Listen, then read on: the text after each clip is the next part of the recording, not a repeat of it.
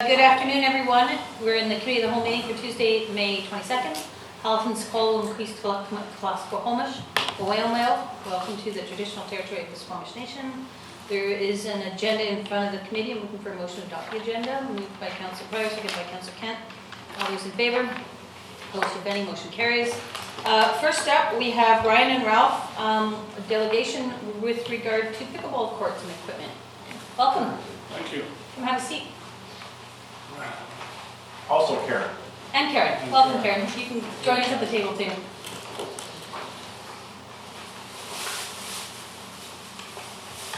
Thanks very much for taking time out of your day to see us. I appreciate it at this short notice, and there's only one councillor that I haven't met, and that's Mrs. Elliott there. Miss Elliott, nice to meet you. Brian Couture from Logger Sports. This is my last retirement, last show last year.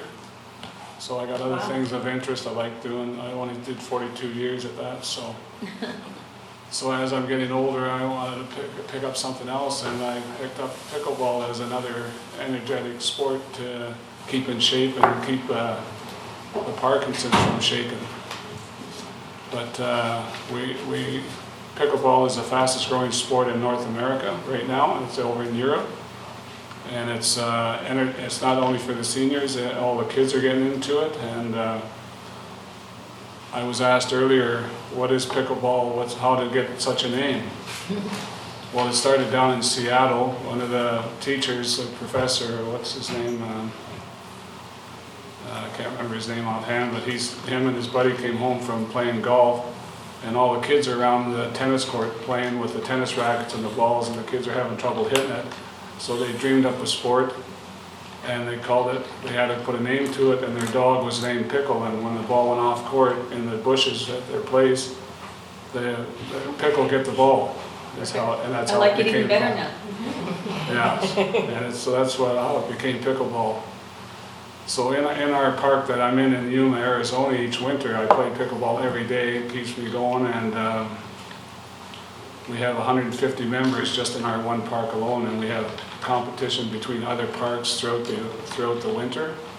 So you get to know more people and spread it around, and the happiness, and it's a fun sport. I did a tour 2 years ago. I went all through Arizona and did a tour of parks, and I went up to the gate to check in, and I said, "You got any pickleball courts?" He says, "No." I said, "Okay, I'll turn around. Where's the closest one?" And they tell me where it is, and that's where I went, and I ended up staying a week at each park I went to and had a blast. So all the towns, a lot of the people that I play against are from Canada, and they're like the Okanagan, Vancouver Island, and all the towns are putting in pickleball courts by the 8s and 10s and 15s at a time now, because it's that popular. And I'm on a pickleball tour this summer in the Okanagan also, and one of the people I talked to the other day said we should be proactive and put pickleball courts in now into Squamish. Right now I'd like to tape or paint the lines on the tennis courts, which each tennis court takes 2 courts to make a pickleball court. And I'd like to see about maybe doing a pickleball area of a bunch of courts in the future. But for now, to get it started, I think we got close to 20 members right now. And to get it started, we'd like to paint the lines on the tennis courts, 2 tennis courts for now at Brennan Park, and 1 tennis court at the Eagle Winds. Is our thought of what we'd like to do. Right now we're playing at the school, at the Civic Center. Saturdays and Tuesdays is the only time they got open for us to play. Other than that, the center is out of use for us, so this weather like this, we can be playing outside. Does anybody not know pickleball? I've played before. You okay. I got one for you and one for Tim back there. No. Just clear the table. You've not seen it before. These are the paddles we're using. And if you want a rather video of anybody, Yeah. this is the kind of ball we're using. And what's happening is tennis players in particular have grabbed the sport because it's not as much running, but it's still a lot of good activity. We're playing on a court that's half the size as a tennis court, and therefore the ball will not travel as far, but by golly, we can still get that thing moving fast. It's quite a fast. I understand you played with it. She plays it very good, very, very good. Doug, Anybody else want did you have a video you wanted to show? No, I don't have a Okay. video per se, I just got these still shots put up for you, just have a look. Okay. Doug? Yeah, just looking at this picture here, which way is the full-size tennis court configured?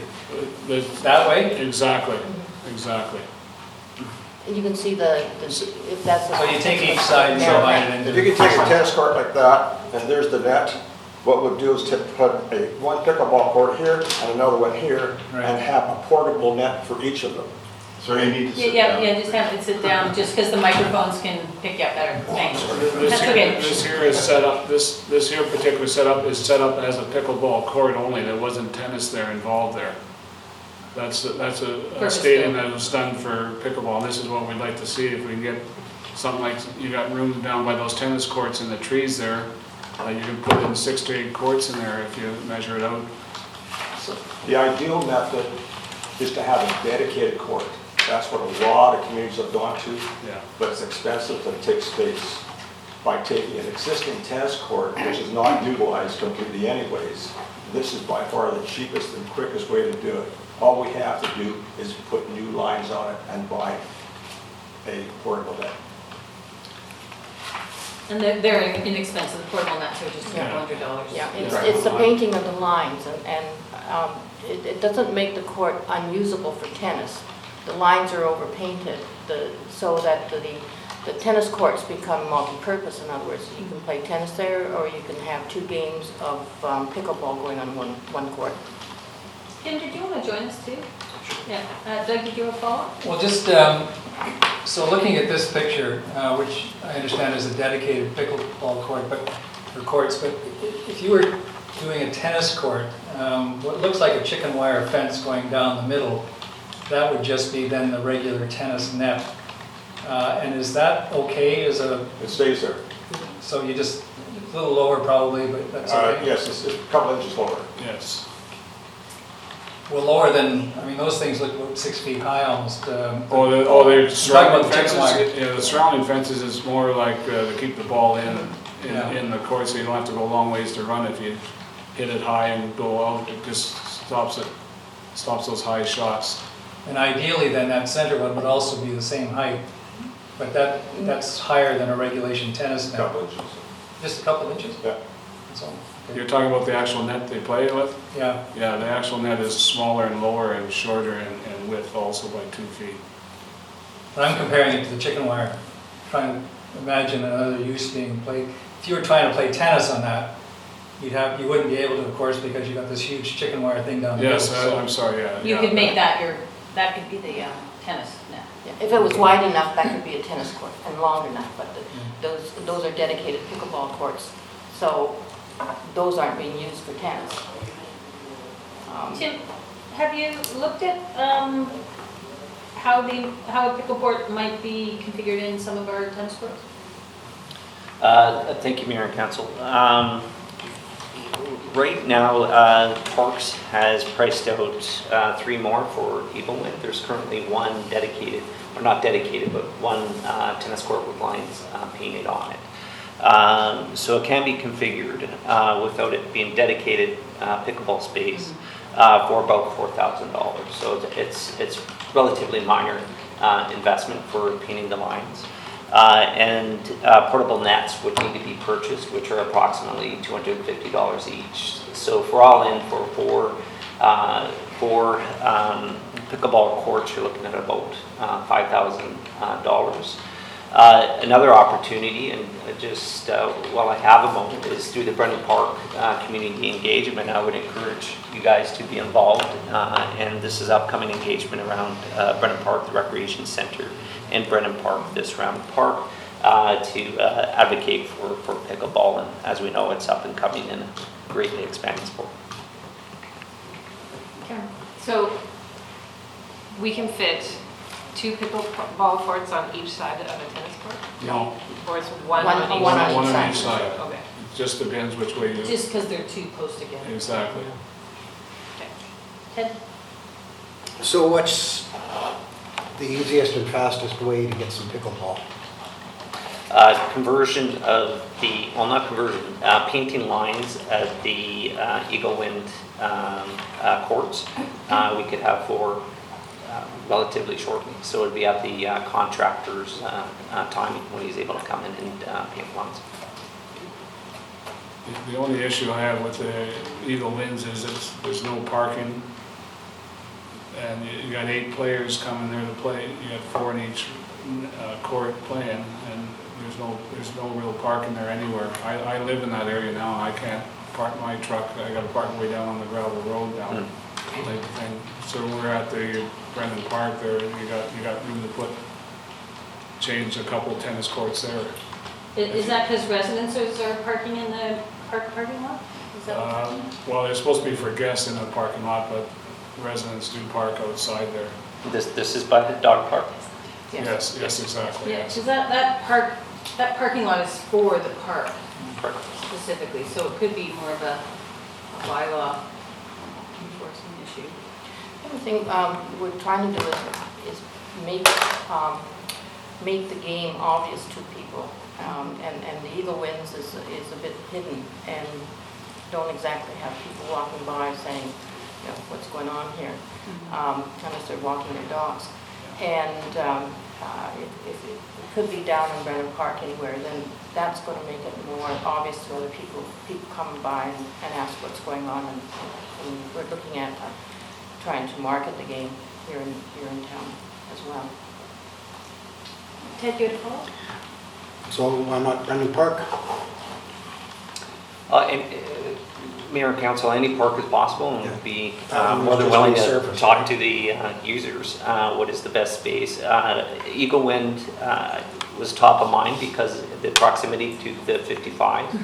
Oh, yeah. Brennan Park certainly is a busier tennis courts and is often programmed for tennis lessons and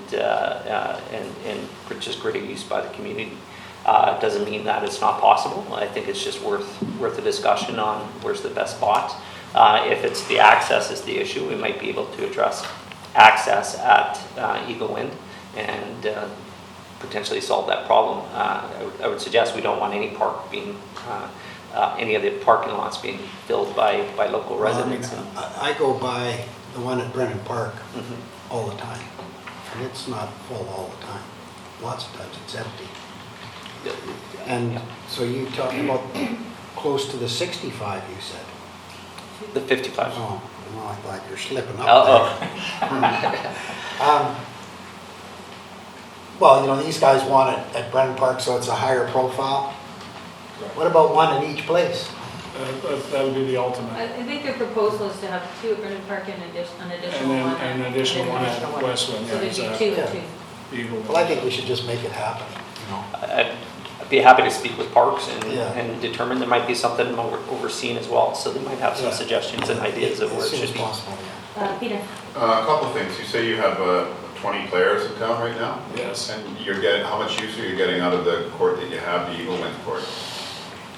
Uh-huh. Well, the Eagle, there's no net at the No Eagle net. Winds. There's So no net. the lines are painted, but there's no net. I see, okay. Yes. So you're not getting any use out of it. So you don't really have, there's not any place to play at present, really? Other than the gym. We played the gym, Yeah. when we just started this winter, and it was down south. And coming up here, we wanted to play pickleball, because we were playing down there every day. Coming here, we found out there was pickleball only only Tuesdays from 4 to 6 o'clock, that's tonight, so we're excited. Now, we went to the front counter and said, hey, what other times are available? And we found out that it was only Saturday night at 6 to 8. Not great timing, but we'll take it. Yeah. So those are the 2 times we're playing. But we're looking for 2 things. We're looking to expand our opportunity to play, and we're looking to promote it in Squamish so people know that it's available here, like in any other community. Yeah, follow-up, Peter? So I guess a financial question. Their total request is $3,400. What might that come from? Well, that would come from council contingency, or if there's any monies in either Public Works or Parks and Rec that can be used. We'll have to look at their internal budgets. Go ahead. Yeah, actually, it's Tim, do we have any idea of the amount of use of the tennis players? I mean, I'm not a tennis player, but I think if we were going to do this, we'd have to have some discussion with them about it, because they end Yes. up with a shared facility, which presumably means there'd be hours set aside for one versus the other, some kind of a schedule so people could rely on it. So, I mean, I'm all in favor of getting more use out of these facilities, but I think there is a discussion there for sure with somebody in the tennis community. I have no feel for how many tennis players there are in Squamish, or whether there's other courts besides those three. I can't think of any off the top of my head, but I'm not sure. Thank you, that's actually why I put up my hand, was to bring up, we should have a consultation with tennis players. Brennan Park certainly is, although there are times available, I would suggest is probably the busiest tennis courts that in Squamish. And there could be other opportunities, we're such as the Quest courts. We're working with Quest right now to gain greater access to their facilities. So there could be potential there. So I would suggest we move forward if council is supportive of the Eagle Wing, because it's an underutilized facility, and then have greater discussion if there's going to be any impacts to tennis users on any other parks.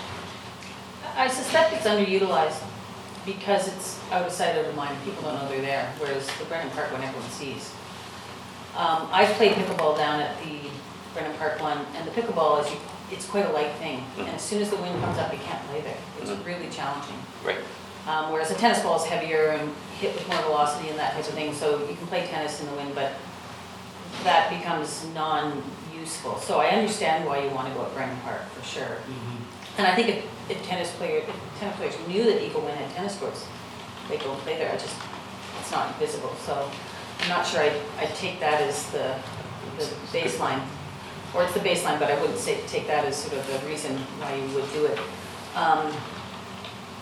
Councillor Elliott. Yeah, just, I still think that at Brennan Park, we should have a pickleball court. Even if it's one side, so 2 courts. And then try the Eagle Run. I mean, we should have a sign on the tennis courts there with a map showing where the other tennis courts are in town. Good idea. And, but I don't think it's fair to hold up Brennan Park. I mean, you must know what's booked on there, Tim. I mean, you know when it's booked, and you know when it's not booked. So if you went to the tennis people and said, oh, I see you're booked 5 days a week from 3 till 7. We're gonna put pickleball in there on the other 2 days a week, and maybe a couple other days from 1 till 3. And just book it in, make it happen. And you know, I don't like the idea of going away for a conversation with the tennis guys, because then it's going to get into the Brennan Park master plan, and then it's next year. Yeah, just hold on. I've got both of you. I know you both want to speak. I'm just going to go to Councillor Elliott, and then I'll go to. The nets are portable, so have people thought about where we store them, how people get them? Are they easy to move around? Yes, they're very easy to move around, and we talked about having them at the front desk or behind the desk at the 55, and at Brennan Park behind the desk there. Has been a conversation. And often people have their own moving. Yeah, I have my own also. Yeah. And Tim, there's a court up in the Highlands too. Yeah, we have courts in, we've got 2 sets of courts, islands off of the boulevard, I believe. Yeah. Yeah, there are options, and maybe we look at adding 1 or 2 per year over the course of several years. And just to address Councillor Pryor, the tennis courts are available on a first-come, first-served basis, unless we book them specifically for camps, and then we put up a notice saying, please understand that not available during this time. So I don't think we'd want to get in the business of having it temporally separated. I think it would just become a management issue. Can I just further to that? We share the tennis courts with tennis players all the time. So we play pickleball court and on the same courts. And we know there's a group that come in at 9 o'clock in the morning and they play tennis. So We just know that, so it's all very workable. And so. I think it's once not things easy. get popular, we may have to look at some sort of online Exactly. booking system, which is Exactly. pretty You know, easy to we're- set I up. think at the We're start of also the talking phase. about only one court, one tennis court out of 4 of the Brennan Park. And we're only talking about, One of the two. I think you want to have to. right, yeah, so it can be worked out quite easily. This, Right. thank you. This is something that's always been an issue when pickleball comes into the scene and all the parks across the country and even in the Okanagan, as I'm finding out. It's always the tennis get upset about it, but then they're not there all the time. And I don't believe there's a designated tennis group here that's designated here at all. That there's a contact person, and this is something we'd like to make happen so we keep the friendliness between everybody. But pickle is taken over, and they're actually taking out tennis courts and putting in pickleball courts because of this, because of the way the sport is working out. Yeah. Well, I'm definitely hearing interest from council and on pursuing this. I think, certainly based on my experience, and I don't know if Brian can concur, the Eagle Wind ones are going to have limited before 11 o'clock, and then after 11 on a sunny day, the wind will be too Exactly. windy down there. And I don't know if there's something we can do with some wind protection, like there is around this court, some visual and wind protection. We don't have any wind protection on any of our courts, do we? Might be something we want to look at in the future, but maybe I'm looking, you said it was $4,000 to paint one court? No, 3 courts, $4,000. So $5,000, is there a lining budget item that could be put towards this, or, let's see, Christine in the room, or who'd be the, yeah. Mayor Huntsman, given this is community role, we can certainly go back and look at where we could find $5,000, and with Christine out in the room, I can maybe overstep and say we're probably going to be able to find it, but if we do have to come back to the council. You do so, okay.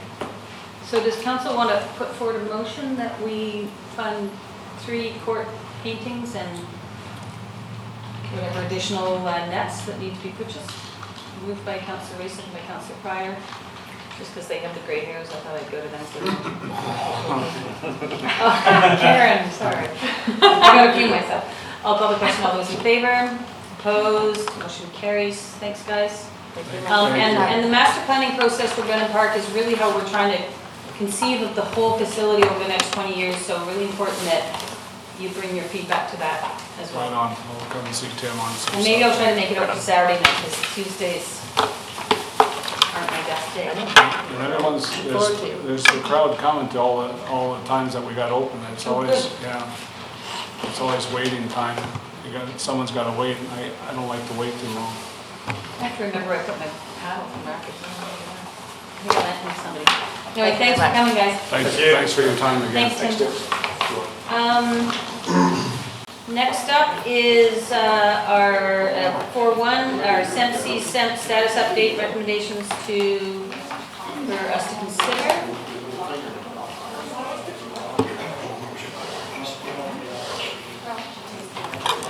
Come on in.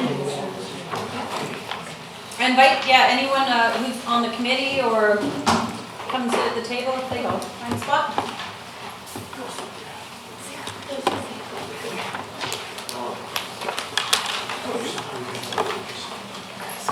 There's another chair here.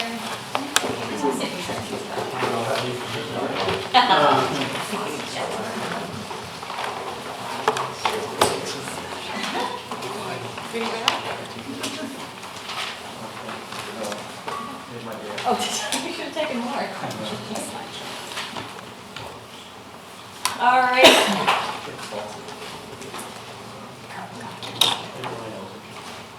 From pickleball? Okay, good to know. It's that stretch, it's the gluteus maximus. Sarah? Or? Good afternoon, Mayor and Council. I'm Caroline Ashikian. I'm a professional biologist and environmental coordinator with the District of Squamish. And with me I have Sarah McJanet, community planner with the district. We'd like to acknowledge any SEMC members we may have in the audience or who at the table, we have Carl Halverson from the Environment Society, and we may have others joining. Pardon me? Chelsea? From the Watershed Study. And Chelsea. Edith should be here in a minute too. Yes. And others may be joining us. And then also we have Catherine Rockendale here from Rockendale and Associates, who just in acknowledgement of her role in providing third-party facilitation Eric, throughout come join the. us. Eric, you can come join us if you'd like. Sorry. Just acknowledging Catherine's role in providing third-party facilitation throughout the SEMC review process in 2016 and 2017.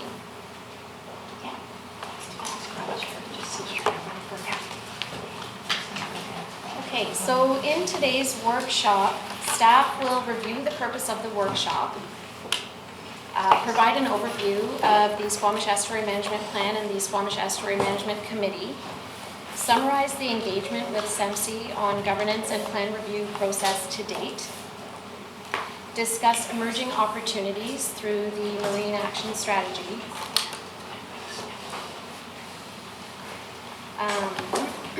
review options and considerations for moving forward, and then making a recommendation on next steps and leaving space for council and SEMC discussion.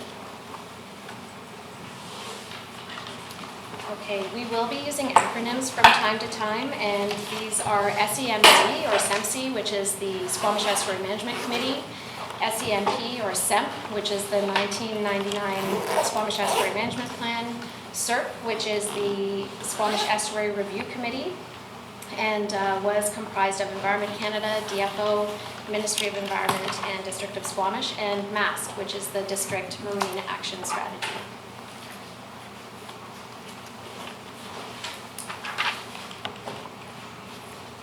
So the purpose of today's workshop is to bring forward a status update on SEMC and SEMP and summarize the input that has been collected and what was heard through the SEMP plan review and the SEMC governance review.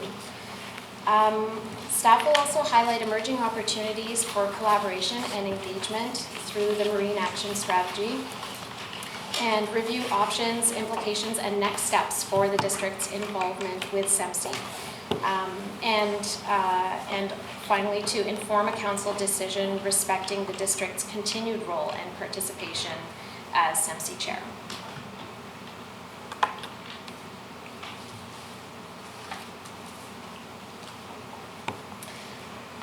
Okay, so I'd like to provide an overview of the Squamish Estuary Management Plan. In 1972, the Squamish River Training Dike was built to train the Squamish River to the western shore and dry out the central estuary. So dredge pile material from the Squamish River was placed in the central estuary to prepare for a proposed coal port. DFO did not allow the coal port to proceed. So SEMP was first drafted in 1979 by the Ministry of Environment and by DFO in recognition of the need to strike a balance between protecting the estuary's biological productivity and achieving its economic potential. These senior agencies were concerned about conflicts between industrial and commercial development and conservation of estuary habitat. So the SEMP was drafted to establish a decision-making framework for land use in the Squamish waterfront areas. So the Estuary Management Plan is an integrated resource management plan, one of many in the province that were drafted at that time. In 1999, the Squamish Estuary Management Plan was ratified and signed by DFO, Environment Canada, Ministry of Environment, BC Rail, and the District of Squamish, thereby creating SEMC, which includes Squamish Nation as another governing body. And the image that you see on the screen is an aerial photo of the Squamish River Estuary in 1972. You can see the site of the dredge spoils, which is the rectangular white area in the background.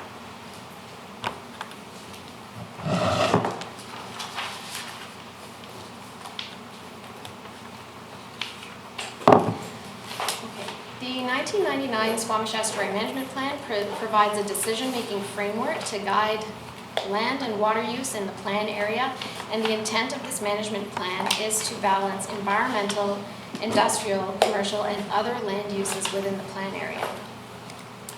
The process was voluntary, and signatories agreed to integrate the SEMP framework into development and planning processes. The plan established SEMPC, which is the management committee, as well as CERC, which is the project review committee. The plan area is shown on the screen, and it encompasses the traditional floodplain of the Mamquam and Squamish rivers, extending as far north as the confluence of the Mamquam River, as well as the upper reaches of the Upper Mamquam Flood Channel. So on the west side is conservation area, the east side is industrial commercial area, separated by a transportation corridor, and the SEMP also describes a planning assessment area at the north end of the Upper Mamquam Flood Channel.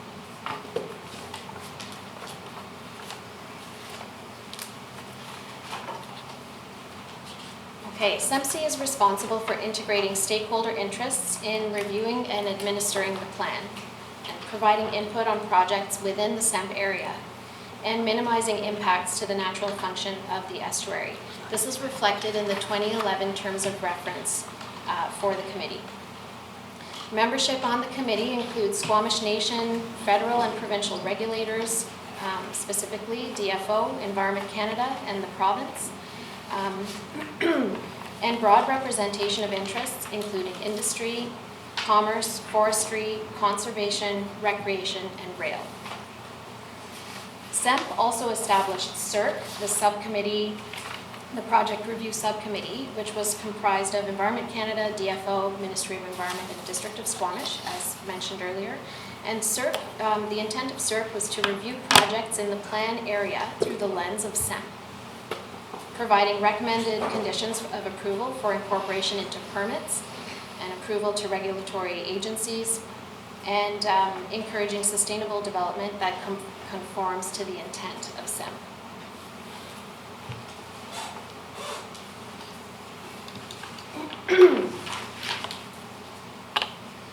SEMPC and CERC functioned well for many years under this mandate and were pivotal in the successful accomplishment of many initiatives, and I'll describe some of them.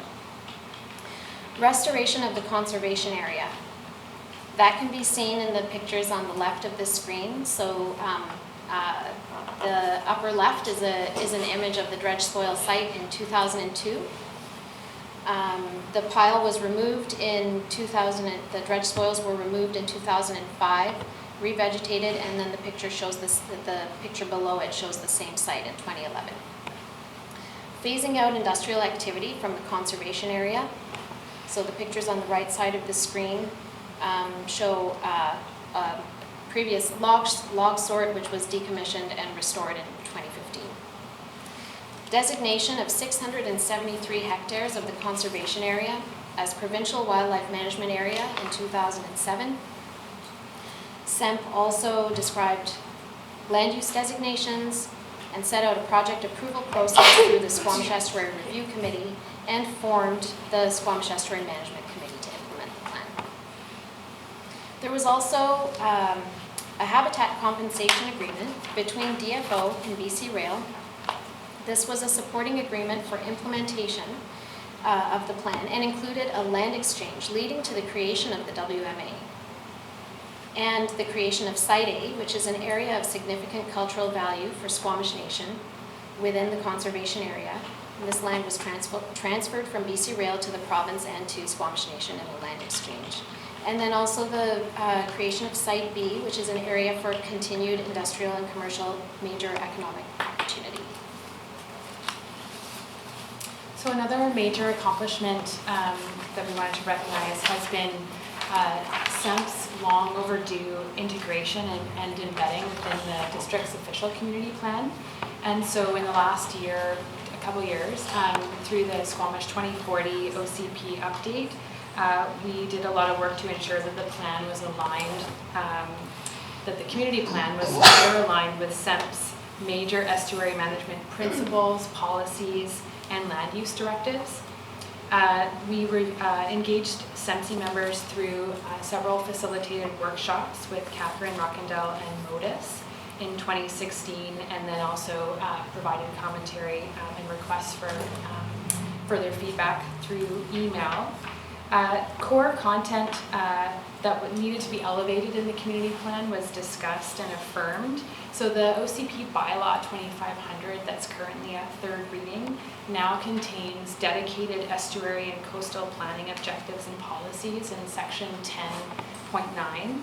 The central aim and the spirit of those policies is to sustain ecological health and productivity of the estuary while balancing shared interests and activities to support the socioeconomic base of the community. So that's kind of the central tenet of SEMP as well.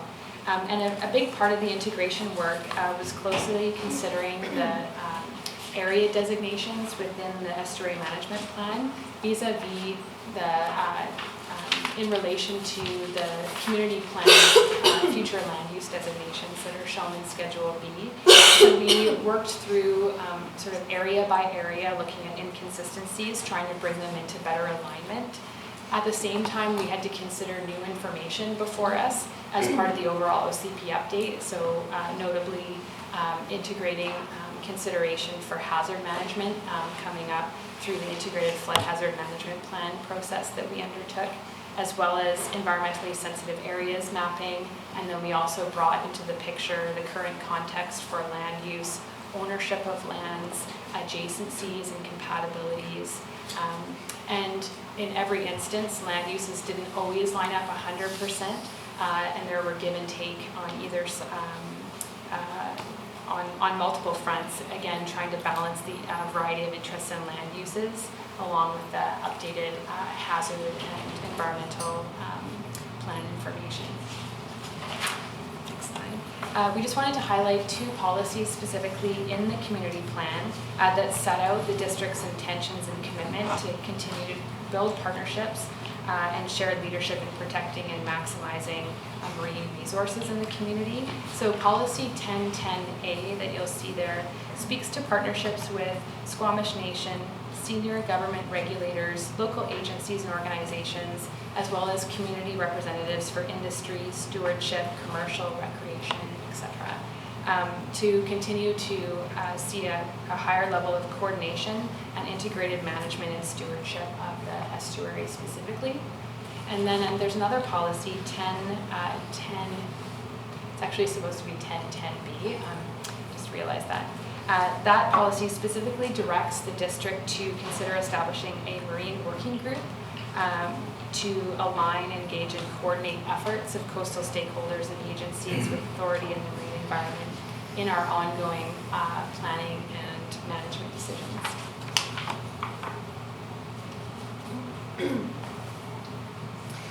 Okay, in recent years, SEMSI has seen reduced participation from federal and provincial regulators and complete resignation of all senior agencies from CERC.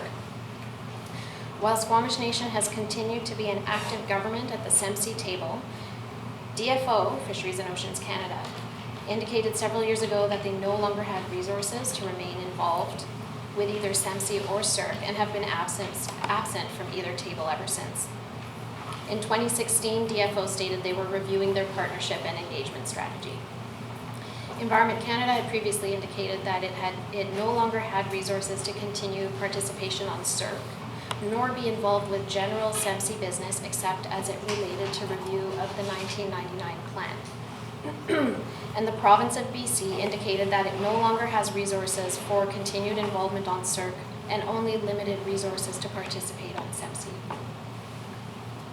The decline in agency involvement and lack of clarity on the level of engagement has rendered the Project Review Committee defunct and SEMSI unable to fulfill its full mandate. The district's role as chair of SEMSI, or plan coordinator as described in SEMP, has been intermittent over time. The plan states that it is presumed the district will assume this role, and in the event the district declines, another SEMSI member would be responsible to take on the position. The province sat as chair for at least 5 years leading up to 2011, and the committee also went through a period of time with no chair. Over the last few years, as chair of SEMSI, the district coordinated a review of SEMP and SEMSI to examine mandated roles, functions, and governance. This work included a survey completed by SEMSI members in 2015 and 4 facilitated workshops throughout 2016, along with a few council touchpoints. A summary of input solicited from SEMSI is and key learnings which emerged over the course of engagement is attached to the staff report. Throughout this engagement, a recurring theme has been the absence of senior government agency involvement and the impact this has had on committee functionality. In particular, the impact resulting from the move away by senior agencies from integrated resource management and coordinated project review, since governments and legislations have changed over the last 10 years. In addition, the district has been challenged over the years in adequately resourcing the plan coordinator function. This has impacted the intended function of SEMSI and, most importantly, CERC, and has left SEMSI with a lack of clarity on how to move forward. SEMSI members have identified the need for federal and provincial regulators to be clear on their level of engagement with the committee and either commit to meaningful participation on SEMSI and CERC, or be transparent and definitive on their level of engagement so that current members may make decisions on SEMSI's role and function moving forward. In 2018, the district, as chair, sent correspondence to Environment Canada, Fisheries and Oceans Canada, and BC Ministry of Forest, Lands, Natural Resource Operations and Rural Development, requesting clear direction on whether there will be commitment to meaningful participation on the committee and re-engagement in coordinated project review. To date, formal response has been received from DFO advising they do not have the resources to participate in SEMSI and have requested to be removed from the membership. Formal response has also been received from the province, from the Ministry of Forest, Lands, Natural Resource Operations, stating that their limited participation in SEMSI and CERC is a reflection of limited resources, competing priorities, and a fundamental shift in their processes to support their natural resource decisions, and that they do not plan to increase their involvement in SEMSI. So in terms of key learnings, on the whole, through this review, it has been acknowledged that SEMSI is no longer functioning effectively as originally set out, with inconsistent ability to achieve quorum, and the committee has been at a crossroads for a while. The district has been challenged over the years in adequately resourcing the plan coordinator function, and through the review, progress has not been made on a governance path forward. I just wanted to explain a couple. Maybe I'll just pause there to see if there's any questions from council. I have one clarification question. When we say district has not funded, maybe this is through the CAO, is it that the environmental department is over inundated and so we haven't added members to the environmental department? I don't know if Chris wants to take this. Or what exactly, because it never came to us as a specifically we want to fund SEMP, but it's the overburden of that department. Just help me understand that. Yeah, Mayor Hudson, based on my recollection as GM of that area, actually, it was less a specific ask around SEMP and more about resources, but perhaps at this time, given that I'm in the second. Yeah, Chris, do you? I believe the intent of the statement is that we have only so much staff time to put into the SEMSI activities, that we want to recognize that, for example, over the last year and a half, a lot of that time went into integrating the SEMP into the OCP, for example. And the intent really is just to recognize that the district hasn't been putting in half a full-time employee trying to run this, that it has, as the effectiveness and the ability to fulfill the original full mandate has been degraded, it's also gone under the side of our desks as well. Because of the capacity issues within that department. Okay. Well, Thank you. From a Squamish Nation perspective, I appreciate the tasks and the work that the District of Squamish is doing, and has done. From a Squamish Nation perspective, in the past, we were requested by the provincial government of the day for us to consider becoming the chair, speaking to our chief and council, and the same things we're talking about today, capacity. We declined because of the issues we're experiencing now. We didn't want to take on a task and potentially inadequately be able to do the appropriate due diligence subject to the mandate and the importance of the tasks with regards to the Squamish History Management Plan and Committee. It was then suggested by the province that we consider co-chairs, and Squamish Station co-chair, because someone else be co-chairs, right? We also declined that because of capacity issues and not wanting to be inadequately adhering to, as required, the Squamish History Management Plan Committee criteria and management plan criteria. I guess the province and responsible agencies of the affected provincially have basically downsized their mandates, and as a result has impacted, I guess, the meaningful participation of the people participating on this, right? So from a Squamish Nation perspective, we participated as much as we could, because like any and all other organizations, we're all busy, and the outcomes of today is why we're here. And I guess I'd like to take this opportunity to apologize to Caroline for my overzealous email response to her in regards to governments and such what have you, because as governments, Squamish Nation, our involvement of this has been significant over the years since the whole re-triggering and the redoing of the estuary management plan was something that I took on in the 90s. And as a result of that, we have a much better plan in place with regards to what was originally being considered back in the day. But subject to that, we understand collaboratively and collectively that we want to be making sound decisions today and for the future of this plan. And I know the District of Squamish has taken it on, and it's hard to do something when other responsible agencies aren't engaging. But certainly, hopefully, that these governments of the day will certainly, hopefully, change their minds with regards to how they're going to engage. But proactively, for us, we're tasked with what do we do now in consideration of what's lacking. And I look forward to the discussion and dialogue. Where do we go from here? Because it's pretty important.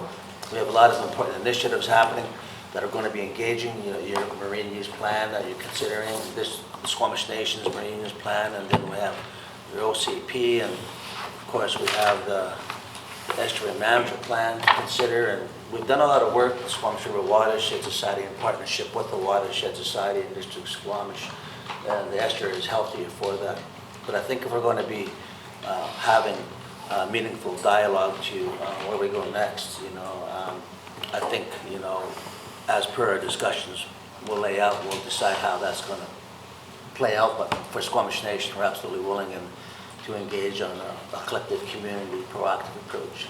I'll just leave it at that. Thank you. Thanks, Randy. I wanted to get a sense of where, because we never got a request to say, are we going to keep funding this? But it's more the department, just the amount of work, the department's just not resourced enough to do due diligence as the chair of this. And so I just wanted to get that clarification. And we'll have a full-on robust conversation about our next steps. Yeah, thank you, Mayor Husband. Further to that, it's a bit of a chicken and egg as well. I mean, this conversation is going to be really telling around, is there going to be a resource ask or not in terms of the next steps? Because as Sashikian outlined, where the committee is now is unfortunately not fulfilling its mandate. And so this is kind of precursor to that. Yeah, I just wanted to get clarification on the finances. Okay, why don't we continue and then think. We just have a few more slides as well, and I think just to expand and add to what's being said, at the 20,000 foot level, certainly through the community plan update, what is so clear for Squamish is that, in the last 10 years, we've experienced this incredible surge in growth and development activity. We've been undergoing lots of policy development, looking at our regulations, looking at our procedures, trying to manage the huge spike in growth and development review, and at the same time responding to a lot of enforcement and inquiries and those kinds of things. So I think on the whole, there's just been such a surge and around all things related to growth, marine, and environment. Very briefly, we just wanted to bring to the fore some of the emerging opportunities that have been presented through the Marine Action Strategy. So this is an initiative of the district that's been on deck for a while. It is a priority, and it's been happening and emerging sort of at the same time that this ongoing SEMC and SEM plan review is happening. It is not another management plan, the Marine Action Strategy. What it is a strategy that really tries to mobilize shared leadership and identify and prioritize key actions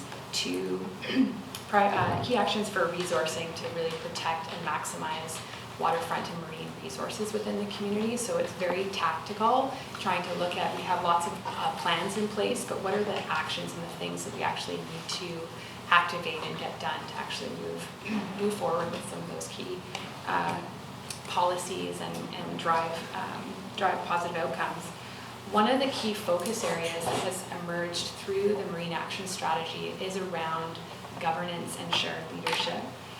When we solicited inputs about what to do in the marine environment, we captured a number of key themes that are quite related to some of the conversations that have been happening around the SEMC table.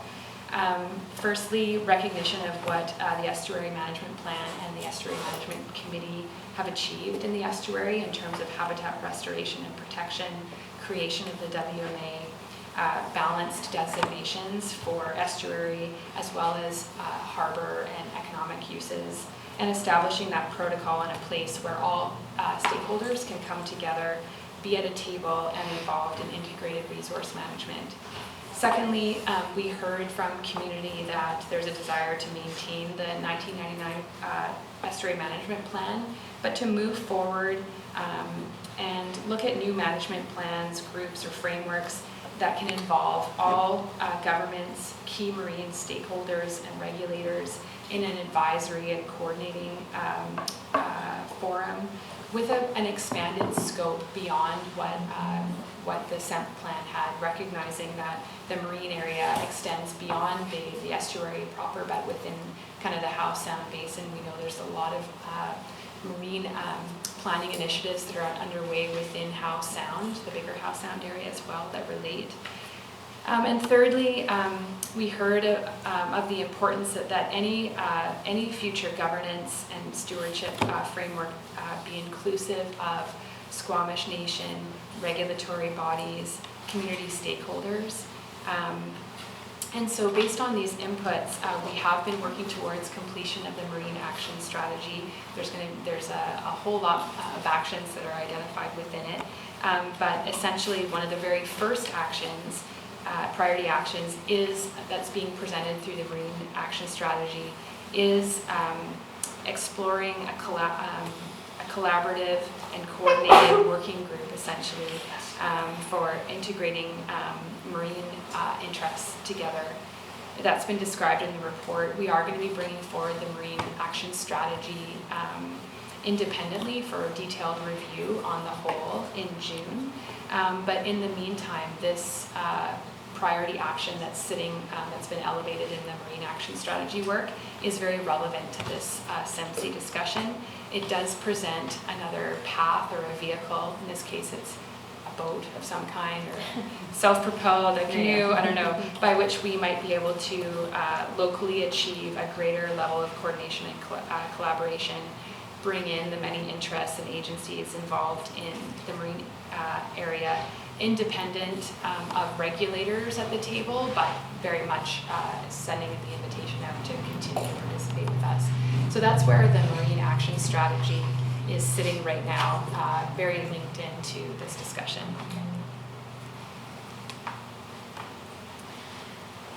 Okay, thank you. So whereas SEMSI has been at a crossroads for some time, a decision point is needed to bring clarity to how we move forward. District staff have identified several options and considerations for council respecting the district's further involvement on SEMSI. The crux is determining the most effective way or ways to coordinate and broadly engage all shared interests, share information, and work through estuary-related management issues and the most effective use of district resources. So option 1 is status quo, continue to participate on SEMSI in its current form and mandate. Option 2 is step down as chair. And option 3 is step down as chair and explore a scope, mandate, and terms of reference for a new marine coordinating or advisory body under the Marine Action Strategy. So I'll speak a little bit about each option. So option number 1, status quo, continue to participate on SEMSI in its current form or mandate as chair or otherwise, and to either maintain the current level of resourcing or increase resourcing to support the district's continued administrative role and other functions at the SEMSI table.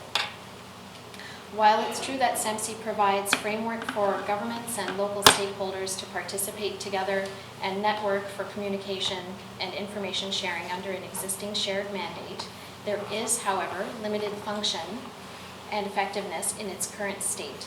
Not all members are actively at the table. Effectiveness of the committee has been hamstrung by limited participation of government regulators, and also not all interests are represented. Broader marine areas, for example, marine areas outside the estuary, are not currently included in the mandate and scope. So a revisited mandate is needed as identified by SEMSI. While many planned projects were achieved, new issues are arising, and not all are within the existing scope or mandate of SEM. Option number 2, the district step down as SEMSI chair. This option would see the district end its functional role as chair and participation on the committee. Given the collective mandate and intergovernmental and multi-stakeholder representation on the committee, the remaining participating SEMSI members, including Squamish Nation, may or may not choose to step in to fill the chair role and or continue to participate.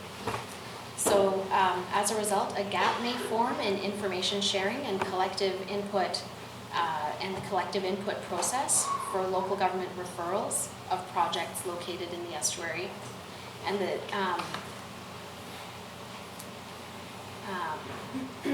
and then the limited staff time that the district has provided to resource the committee would need to be supplemented by another party.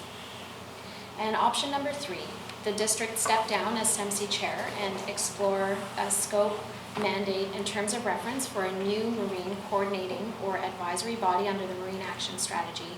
This option reflects the feedback and importance of that community stakeholders have placed on ensuring a high level of coordination and engagement with all interests in the marine realm. This requires dedicated resources to initiate or set up. It allows for, exploration of a new marine coordinating body that many stakeholders have indicated a need or desire for. It enables a broader scope beyond SEMP with additional representation of sectors and agencies. It puts a strong focus on shared leadership, actions, and tactics. It includes all levels of government, including First Nations, agencies, community stakeholders, but not dependent on the participation of regulators. Can you stay there for a second? I have one clarification question after the council raised. Participation from other orders of government, the agencies, has participation meant that you have to be in the room, or have we facilitated either online or phone call participation? Like, I'm just wondering if we modernize those processes, can we actually get, or is it they just don't want to deal with the files, period? Or is it they just don't want to drive up the highway because they don't have offices here anymore? Mm-hmm. So for the Estuary Review Committee, the Project Review Committee, the three government regulators point blank stated that they do not have the resources to participate in that level of project review. Any, whether it's online, conference call, That's right. zero. Yeah, because that had already morphed to being online. So They they, just said they're uninterested, period. that's right. And, you know, sorry, to clarify, not only are they not interested, but their mandate, their regulations or their legislation has actually changed as well. They're no longer doing project level reviews at all, or not in that form. Right? So it's All not of just them? they don't have the time. MOE, Environment Canada, That's- DFO? That's right. They've moved away from that model of collaborative, integrated resource management, That collaborative doesn't make project. any sense, collaboration and integration. Okay. Councillor Reyes. Thank you. So would there be an option 4, which is exploring the scope mandate in terms of reference for a new marine body, and the district staying as a participant, either as chair or at least a member of that committee, as opposed to just stepping away from that? I think the group, everyone at the table here can, and anyone else who wants to participate, we can talk about what, is there a 3B, or, I think there's other variations within these 3 options. Essentially, yes. What I'm saying is yes. Okay. Any variation of, yeah, Edith. If I may, at the discretion of the committee here, for clarification would really help me, and I'm sure Eric will have something to say on this, to clarify, there's 2 positions we seem to be mixing up here. And one is the role of the District of Squamish is doing plan coordination, which is clearly outlined as being preferred placement by the District of Squamish, but it doesn't mandate that it has to be the District of Squamish in the estuary management plan. The second position, which I feel we're being mixed up a little bit on, is the role of chair, which was elected or determined by the Estuary Management Committee itself. It was not appointed by the District of Squamish for the district to be chair of this committee. That was appointed by the committee members. And of course, it's always at the discretion of the chair to continue unless voted out or unless tendering a resignation. So I just really want to provide the clarity. The Estuary Management Plan clearly identifies the support of the District of Squamish in plan coordination, which that's overseeing CERC, which has been discussed quite clearly, and also providing minute taker unless alternates are provided. Yeah, no, and I think that we're the convener, we're the clearinghouse, that makes sense. The role of chair is the one that I think is up to the committee, so it makes sense that we're the convener for sure. Thanks, Edith. Anyone else want to contribute at this point? Do you have any more slides yet? Just one more. Okay, why don't we do the one more slide? The last slide is the staff recommendation, which is option 3, which is that the District of Squamish step down. This option would see the district step down as chair and explore scope and mandate for cross-sector intergovernmental marine coordinating or advisory body or working group. So as described, critically important gains and community benefits have come from the SEMP and SEMSI, an integrated estuary management model, over the past 20 years. SEMSI has worked together, demonstrating leadership, collaboration, transparency, and accountability. At the same time, declining participation of several founding governments have rendered SEMP's integrated project review process non-operational, and the community has identified that a broader scope to consider new issues and additional stakeholder interests in the marine realm beyond the SEMP plan area is desired. So while honoring the achievements and contributions of dedicated SEMSI members, there is an opportunity to bridge forward while maintaining functioning elements from SEMP and invite all interests to move forward as part of a refreshed local coordinating advisory body with additional balanced representation and expanded geographic scope beyond the 1999 SEMP area. So would you like me to read out the recommendation? No, everyone can read. They can read.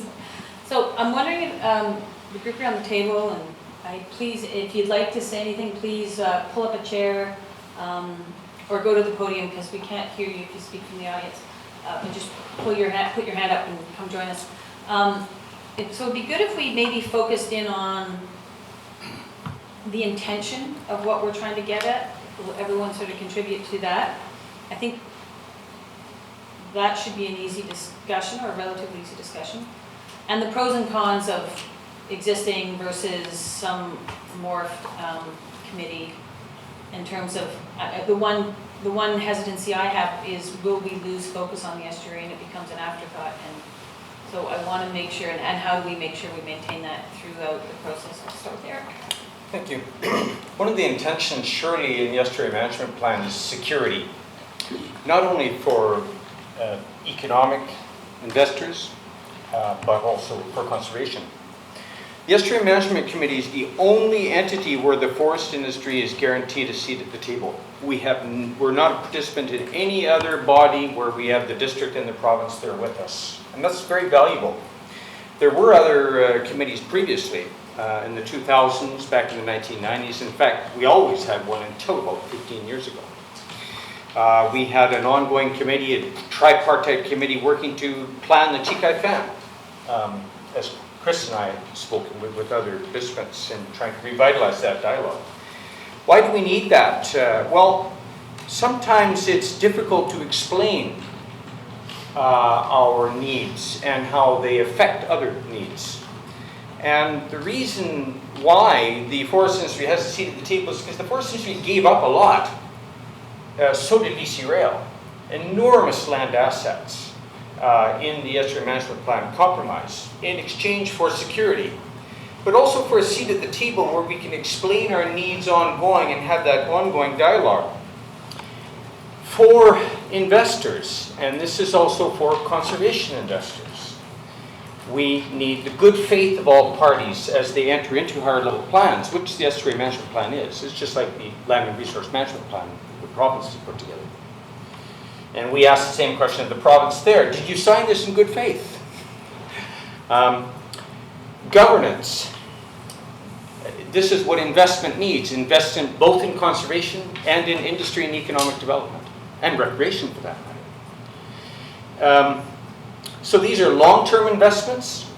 It took a long time to come to these realizations, what integrated resource management, why it was needed and what it's good for.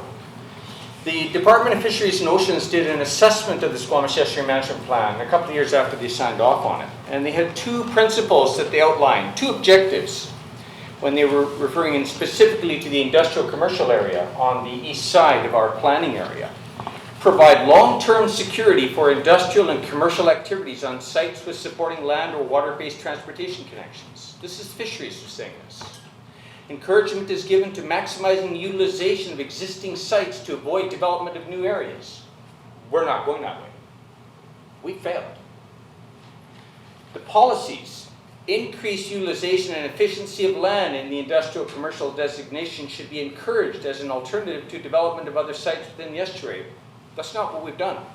We put uses that are not water dependent in the estuary, and now we're needing to expand our footprint in the estuary. Water dependent uses will be preferred and non-water dependent activities discouraged. This is very complicated once you look at it and fix it to the map and what we've done all these years. We need that dialogue forum so that we can each explain to each other how this is going to work, this advice from DFO, what they thought that they had delivered to us on their part in signing off on the estuary management plan. So we have a lot at stake in being at the table, and for that reason we're very reluctant to see that working entity dissolved without a bunch more conversation and due diligence, to use Randall's term. Thanks, Eric. The three main things I got out of there in terms of attention was security, long-term security of all the interested parties, a seat at the table, voice at the table is important, and a governance structure that outlines that clearly and definitively. Okay. Thanks, Eric. Anyone else at this point want to maybe just speak to their goals or intentions so we don't get sort of bogged down in the solution before we have all the intentions out there? Go ahead, Jesse's and you Okay, I'll keep You guys it have to brief. thumb wrestle to see it. Yeah, I have really short thumbs. Okay. I'll try to keep this really brief then. With respect to what Eric said, the one thing that I haven't heard discussed yet from district staff is that part of the estuary management plan included I can't remember if it was a requirement. I think it was a recommendation for that plan review. That still has never happened. And I wonder today, if we were going through the plan and as part of a formal plan review, if we would feel the same way about what industry has given up in exchange for conservation of the estuary lands. The second point I want to make is I keep hearing kind of this frustrating, depressingly chicken and egg, as I think Linda discussed. We have lots of planners. How many planners do we have now? At the district? Yeah. How about 6? 6? Yeah. And engineers and engineering techs, how many do we have? Development? No, Just no. in general, or not including operations, just including, development and 3. policy review, 3. So we have a bottleneck. We have a bottleneck in Caroline. It could be it could be that whatever In that body is position, sitting yeah. in that position. And the unprecedented growth that you discussed. When I was environmental coordinator in 2003, we went through, and I would say virtually an identically sized building boom, and I was the bottleneck. And it's just sad to think that part of the district staff has to pull out of these types of things. And I'm not letting senior governments off the hook at all. But if there was any way to further resource environment for something like this, because all due respect to planners and engineers, I really think something like this needs a biologist, a dedicated biologist having the time to be involved with this, with support from the planners and from engineering. But we need more Caroline time because we need another Caroline. Well, I think whatever form this moves forward in the future, that's the case. If you want to be able to do justice to it, we need resource it properly. Yeah. Thanks, Jesse. Oh, thank you. In consideration, and I've shown you this map before, it's Squamish Indian Reserves of 1867, 1888. All the Squamish Estuary was reserve lands at one time. The only reason the bottom part of this was not commissioned of reserve at the day because there was a Port Moody mill that acquired this land. But back in those days, it was called land preemption. You just show up and stick a stake in the ground, mine. And that's land preemption of the day. Any colonizer or settler could walk into a First Nations territory, lay a stake down here and there. And that's how they were getting settlers in the territory. And take a look at that. Yeah. Pass it down. So when we look at the reserves and the length of time to commission these reserves within Squamish Nation's territory, and we're 16 tribes that amalgamated July 23rd, 1923. Why? Because we're being piecemealed. My grandmother and her children, my Uncle Louis was born in 1900, my Aunt Nora born in 1912. 1913, CP Rail wanted Chenalco-Kitsilano Reserve for a reserve for their CP Rail land. So what did they do? We got an Indian problem. They put them on the barge and pushed them up in Broad Inland and burnt down their long homes and homes. Where Molson Brewery sits, that's where my grandfather and my great-grandfather had their long houses and houses where the Molson Brewery is today. So that was 1913. So being the Wolf Clan, we also had land up in this territory too. So we came home. So when PGE, Pacific Edition Railway, showed up here, they started the process in 1913 to 1917. And when we came up here at Wolf Clan, we told the tribes of the day here that were frequenting these reserves in that map, because we weren't amalgamated yet, saying, you gotta watch out for these guys that are snakes in the grass, they're just happy to rip your land off. And whatever peanuts they're gonna offer you is not gonna be sufficient. So 1913 to 1917, CP Rail, the Dominion of the day, stated, if you say no, we'll go away. So 1915, they said no. 1917, they said, well, we're gonna expropriate the land, and because we need it for the railway. The PGE was very aggressive, and they did it to all First Nations in the province. They were ruling the roost because the province had no idea what to do. Land preemption was the issue of the day, and they said, you just show up the stakes, put it on the ground, it's your land.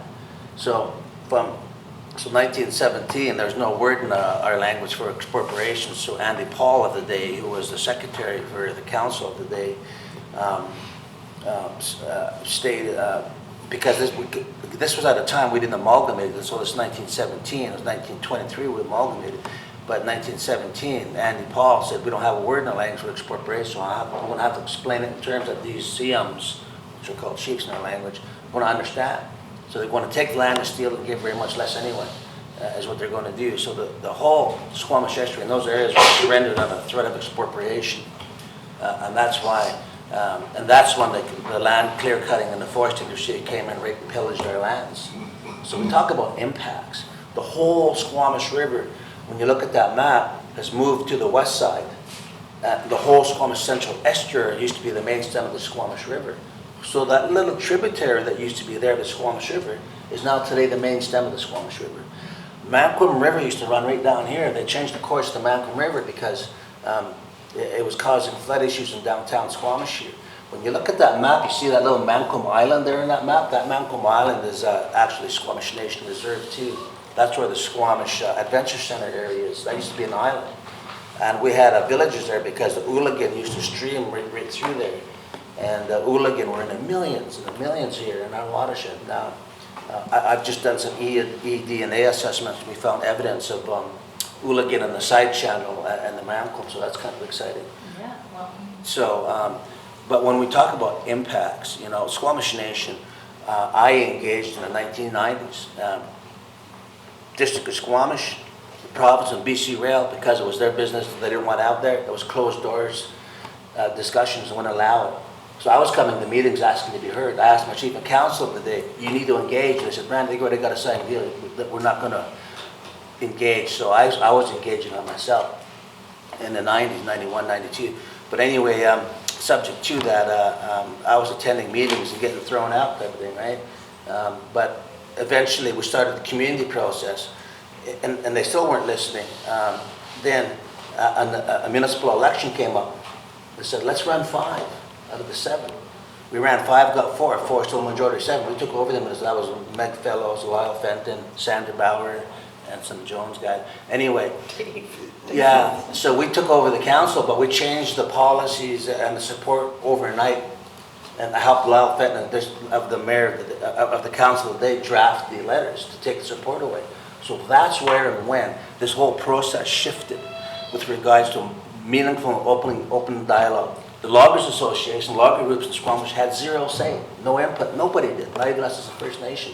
But when we reopened the door, it gave the opportunity for others to come through the door to have a say, you know, and to have dialogue. As a result of that, Westbar was going to get kicked out of the site, out of the estuary. They had nowhere to go. So after our discussions, deliberations, Westbar got into a 30 and 30 over in Site B.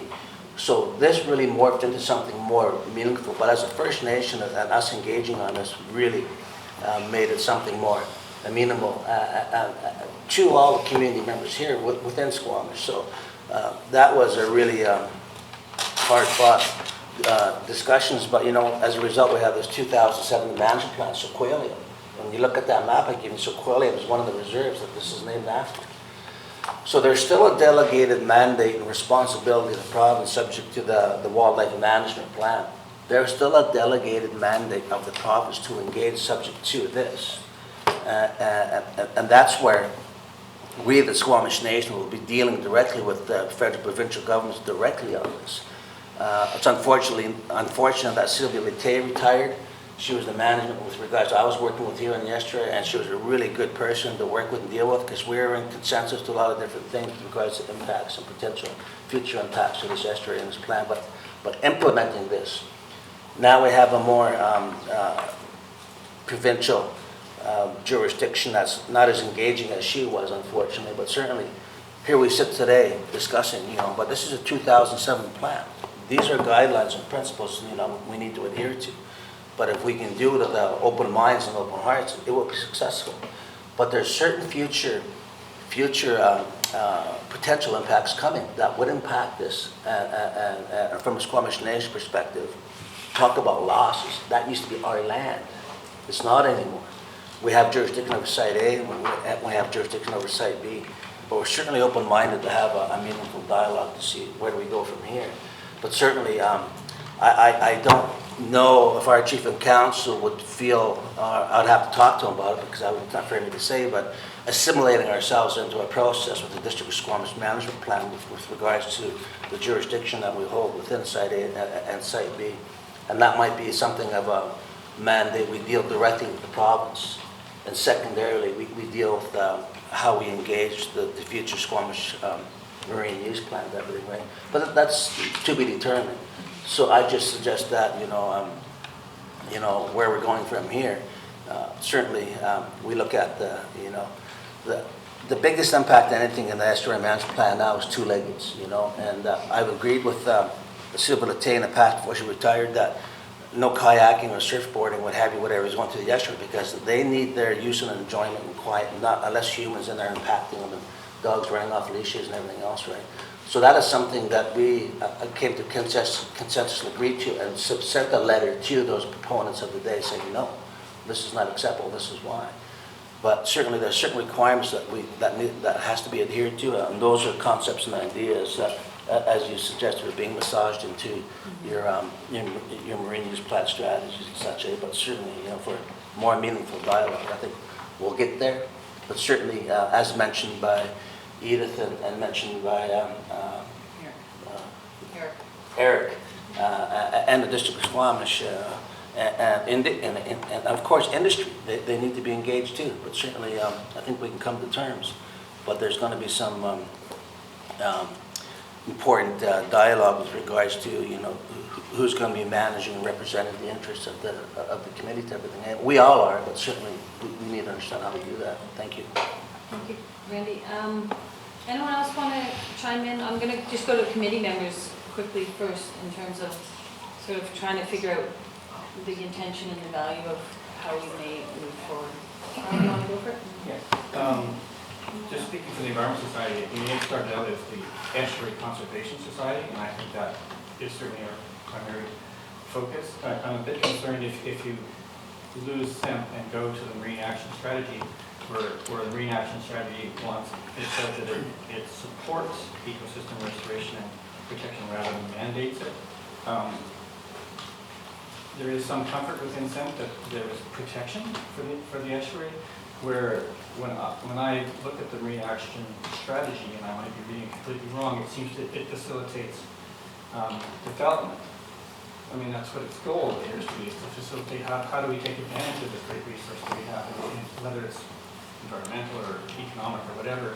And I don't see compensation happening in the Bland Channel, for example. We put up seawalls and we put up sheep walls, but I don't see any compensation. So if that's the model we're moving forward in developing our foreshore, it doesn't give any comfort for what's the protection side and how do we protect the great resource that we already have.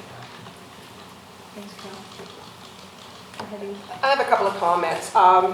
Again, when the original estuary management plan was signed off on in 1999, it was a very different industrial base within Squamish and a very different population from what it is today. And I think the language of the original 1999 estuary management plan is very reflective of that. And we've gone through several times over the years, I think 2007 was the latest, really trying to update the estuary management plan as is recommended within this document every 5 years. So that was never realized. But looking at some of the mandates or some of the recommendations within the estuary management plan, in particular for development activities and fish habitat protection measures, some of the main points identified are construction of culverts along the Squamish training wall. Those have been accomplished. Remedial work on existing 2 culverts on the training deck, well, those have long since been done. Construction of new habitat, rewatering channel within the estuary, ongoing, but those initiatives have been undertaken over the years. Removal of the former dredge spoil site, obviously that was completed in 2005, initiated around 2001. And the most recent, not just the decommissioning of the West Bar Log Sort, which was realized in 2014 with the relocation of the West Bar Log Sort to Site B, but further reestablishing that as estuary habitat. I want to raise that as some examples of what the intention originally in the estuary management plan has been realized. Is this document still relevant today as it was outlined? And even though The intention was to have several years of reviewing processes. I guess the question I bring forward, and I should provide clarity for committee of the whole. I sit on the committee for the estuary management as a professional biologist. So we've got representation through Carl for environment interests, for local interests, but I'm here as an alternate today for Mike Nelson as professional biologist, and not in capacity necessarily Squamish River Watershed Society, although those are multiple hats that we wear. And with the signing in 1999 and the development of the Estuary Review Committee, it was, at the time, we had the Fraser River Estuary Management Plan. Shortly thereafter, the Nanaimo Estuary Management Plan was formed. These were real opportunities for the municipality to have development projects streamlined with the agencies. And when the agencies started to pull out, that really has left us floundered. So the outcome originally of the Estuary Management Plan was huge benefits in creating these two committees, the Estuary Management Committee and the Estuary Review Committee. I'm seeing movement in Fraser River of going back to FREMP, to the Fraser River Estuary Management Plan, and a new commitment from government recognizing the benefits of streamlining this by having this process. And I don't know where we sit today in terms of the relevancy of this document, but for years and years, even after the formation in 2007 of the Wildlife Management Area, this cross-section of the Estuary Management Committee has been extremely well represented from our whole community, with business, with industry, with First Nations, with government, active or inactive, or in just emails. We've had Environment Canada all these years receiving emails. The most recent pullout of Flanro, Rod, whatever they are, and federal fisheries has left us floundering, but it by no means, in my mind, has diminished the other representation at that table. And you don't get that. And Eric brought up a point of having forestry at the table, but it's all the interests. And I think there's, again, a lack of direction we've had in recent years for various reasons of lack of support from staff, in participating. But I think it's not just easy just to pull away from this commitment and from the Estuary Management Committee. And it has served a really great role of a clearinghouse, even in the absence of government, senior government support. And I know for myself, as members from the beginning, way back when, I would love to see, perhaps from the District of Squamish, perhaps from the members of the committee itself, really try to impress upon the government agencies what we are all losing out on by not having them participate in this process, and maybe bringing new life into the direction of the Estuary Management Plan now that we've got a signed off WMA, that we've got most of the habitat restoration is completed, now that there's a marine action strategy being undertaken, and there's other processes, but I think there could be still purpose. Thanks. Anyone else from the committee who hasn't spoken yet that wants to add any 2 cents here? Eric, go ahead. Just to follow up on Edith, it is in fact true that within the Fraser River Estuary area of the former FREMP, there is movement towards revitalizing a Fraser Estuary Management Plan, which would include Burrard Inlet. That movement includes the business community, and a BC Chamber resolution at the end of this week will bring back renew a resolution to call for senior governments to bring back the Estuary Management Plan for Fraser. That's on the books now. It was unanimously approved 3 years ago. It's going to go back and it will be unanimously approved again. And our delegation from Squamish, and in consultation with Squamish Terminals, which is represented on our chamber board, we are going to Kamloops to tell them that Squamish is part of this picture too, because we are being neglected. We're leaving money on the table. And to come back to, we need things like a vital, a robust estuary management plan, a robust marine action strategy too, so that we can work with the senior governments to bring money to the table here. 55 million announced in a press release for Port of Vancouver. And this is for things like bike paths, safe bike paths around port trucking routes. It's about habitat projects. It's about a safe highway re-entry from Site B. we miss out on the money for these things because we haven't got our act together locally, and part of that getting our act together is bringing in those senior government people the way we need to be doing.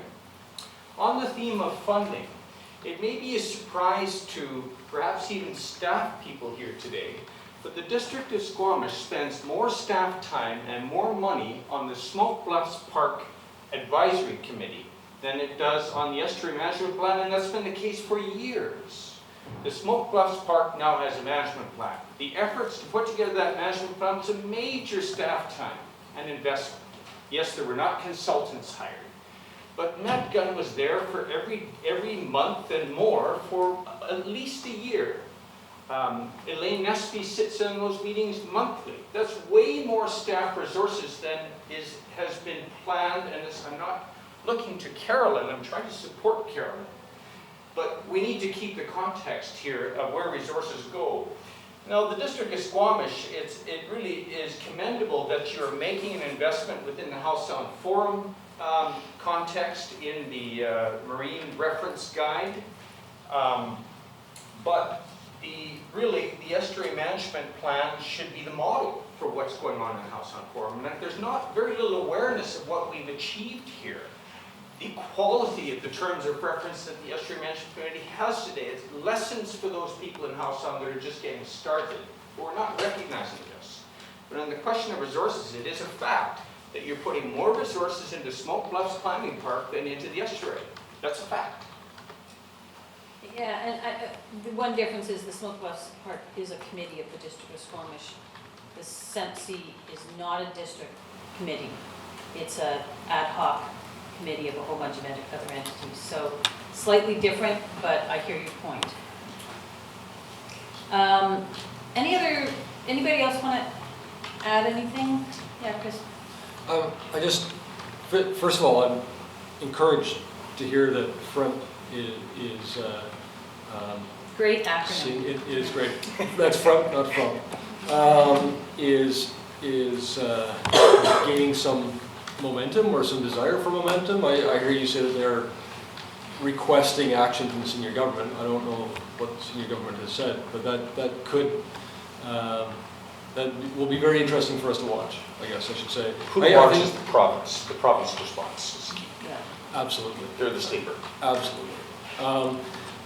I think that all of the things that I'm hearing around the table is this great passion for the collaborative approach, for having a forum to meet, to really honor the past accomplishments, but also to continue to have this gathering, hopefully including senior levels of government who aren't at this table either. And I just want to re-emphasize that staff completely agree with this and are completely dedicated to this collaboration and are simply looking at, and from a very almost technical standpoint, we've been talking about the attitudes and the accomplishments and everything, but from a technical standpoint, the mandate is very specific, and things like CERT, which is extremely valuable, cannot function the way it is. We're really looking to change that mandate. And we don't really have the ability to just go in, or we feel like we don't have the ability to just go in and tweak SEMC. We feel that a new mandate and a broader mandate that could bring in some other stakeholders who aren't around this table and aren't part of SEMC, and also broaden the marine environment somewhat outside of the estuary. We think that could bring that same value and that same collaboration in a slightly modified form. We certainly don't want to throw the baby out with the bathwater. Yeah, I think we all share in the goals and aspirations and utility. We're just trying to figure out the forum whereby we're not handcuffed by people who don't show up, rather by inspired by people who do show up. So could we be so bold as to decide in this room and with further consultation from other folks that might want to be involved, what the new committee might look like and who would be part of it, and that we want to dictate our own future, and the door to DFO and Ministry of Environment is always open should they choose to come back. Yeah, and Eric brought up the smoke bus committee, maybe it's similarly resourced and managed. It's just a burden for the district, and it's unfortunate, but, I mean, let's all be honest with ourselves in here. This is not the first time senior governments have downloaded onto local government. It's just another case of it, and we're all sitting here deciding, what do we do? The values are still the same, but the resources, we're limited. Go ahead. And I really want to point out, I've been part of this process since before the estuary management plan was signed off. So I've been part since 1998. And in the development of the estuary management plan, attended, let's say, over 90% of the meetings ever since. I've never added up how many hours I have volunteered to participate in this committee. Randy probably has never figured out how much time Squamish Nation has committed to this process. Mike Wallace and now Eric Anderson, how much? I think Mike Wallace would have been on his own time. I don't know if you're paid to be here, but for the most part, we've put in hours beyond measure of our own time to participate in this process. And we don't get any particular bonuses or benefits for being part. It's very altruistic. So I'd like for the decisions made today to factor in. It's not just staff's time, it's all the time that has been contributed over the years from all those who participated.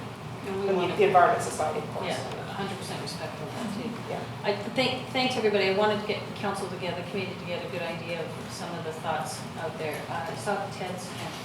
Yeah, thanks. And I can hear the frustration. I sat in the room with you guys for 12 years before I became a counselor, and I wasn't allowed to be there anymore.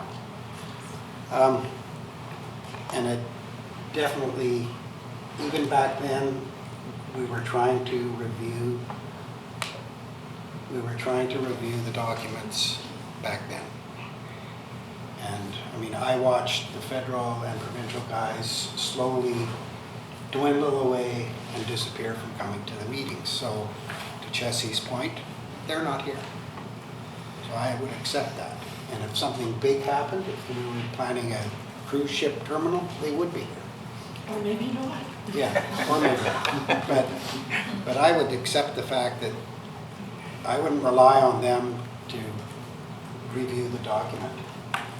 And, you know, I'm just a little frustrated.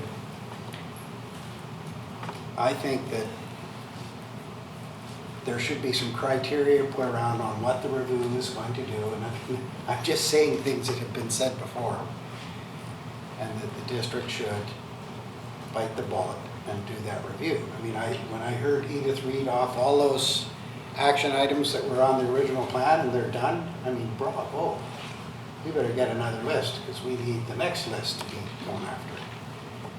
And so, you know, if it was a specific, you know, we have the marine strategy going right now. I wouldn't really want to tie it to the marine strategy because I don't know what the timeline is on that. But I've seen us at City Hall pick a project, do a timeline, benchmarking, and at the end of the 6-month period, have the final product. So I think we should do something like that. I mean, you know, I mean, I hear everybody around the table, and I left that committee 7 years ago, and it's the same thoughts coming. So that's frustrating. So I do think we should arm up, but as long as it's got a timeline, and you know how it's done, you know, you have this week we're talking, you know, at the end of 6 months, complete. So I think that's what we should do. Yeah, Catherine, I'm going to go to you. Maybe just share some of your observations through the facilitated meetings you had with the committee a year or so ago. Well, And I was some of only the there other- for a very small portion of this committee's significant work. But even in the first meeting, when they came together, some of the participants, there was frustration that the senior regulatory agencies were not participating. But there was also acknowledgement about the significant work that that the SEMC had accomplished in terms of the SEP.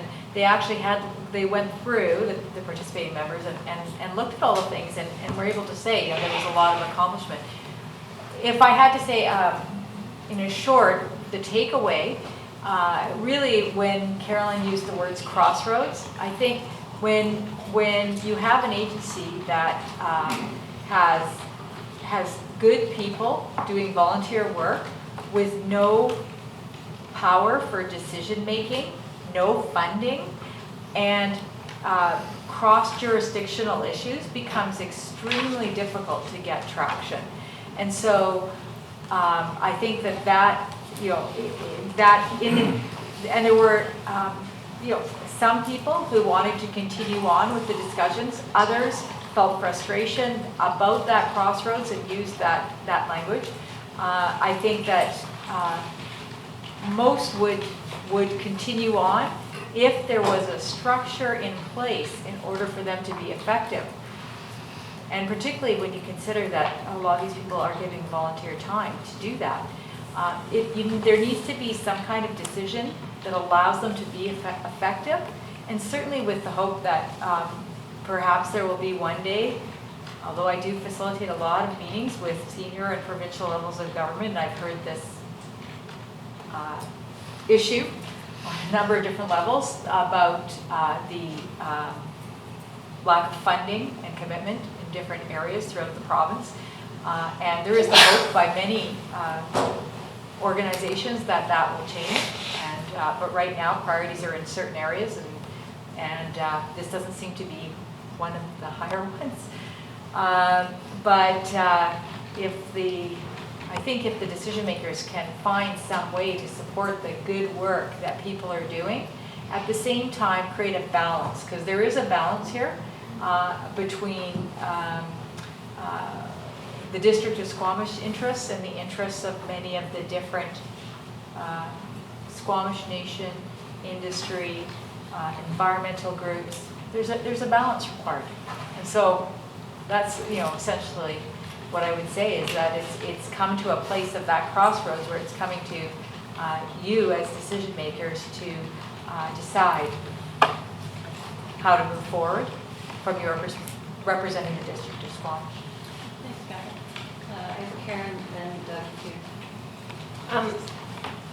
I guess I get the sense that there isn't consensus about the three options that came forward to council. So I'm wondering what's preventing more of a consensus recommendation coming forward.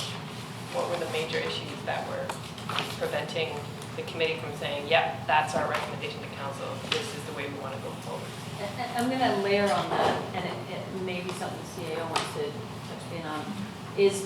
Is the recommendation based on current budgets or current mandates, current staffing levels, and efficiency rather than outcome driven? Chris? I'm sorry, I know you were Like looking to Linda. are we trying to fit it into the box that we created, or should we figure out the intention and figure out the box that delivers that? In my view,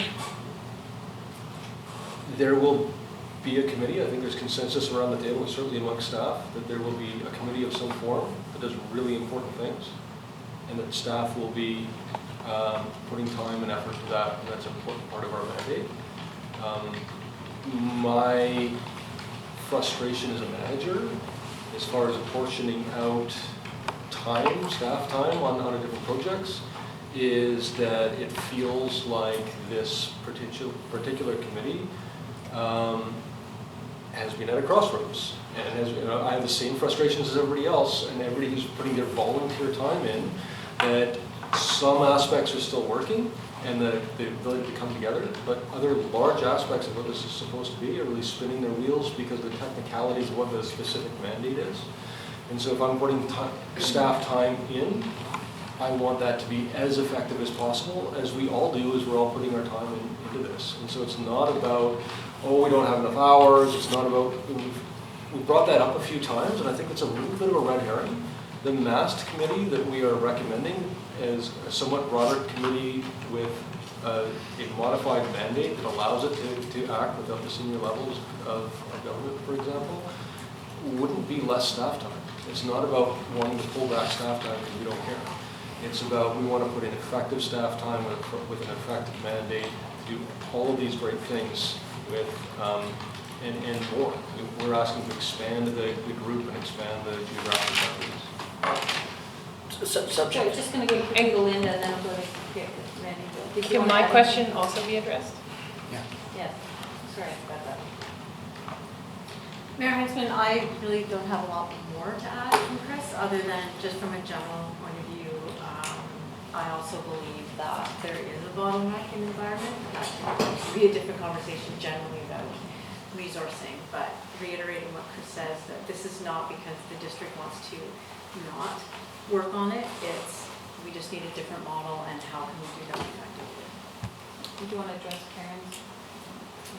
Yeah, go ahead. I guess, maybe I'll pass Yeah, on to Sarah, but just to say that we have worked with the committee and run workshops, and we feel we're reflecting some of the frustrations. This is it's a staff report and a staff recommendation, not a committee report and a committee recommendation. And I think it's important to differentiate. We weren't trying to get a consensus of the entire committee and present that.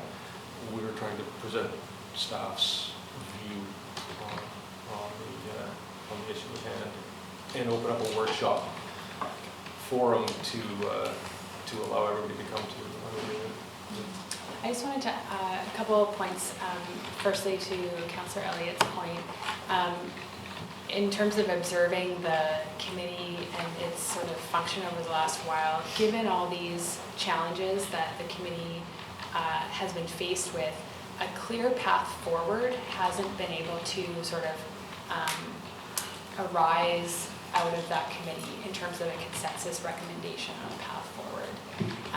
And I think that's been the challenge, is that given that sort of circular review and trying to find a path forward, there hasn't been one that has come forward.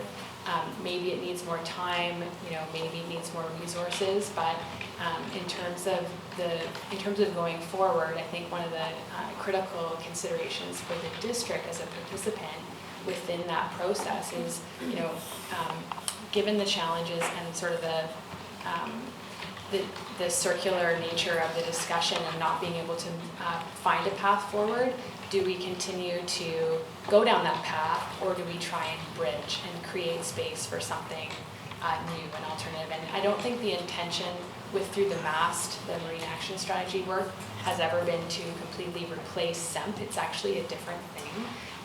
But as the staff report highlighted, is there a possibility to explore or carry forward some of the functional elements that work well with SEMC and move forward? And maybe it is that in the example of FREP, maybe there's a new day that's going to dawn very soon where estuary, like an integrated resource management, estuary management, there's a revival.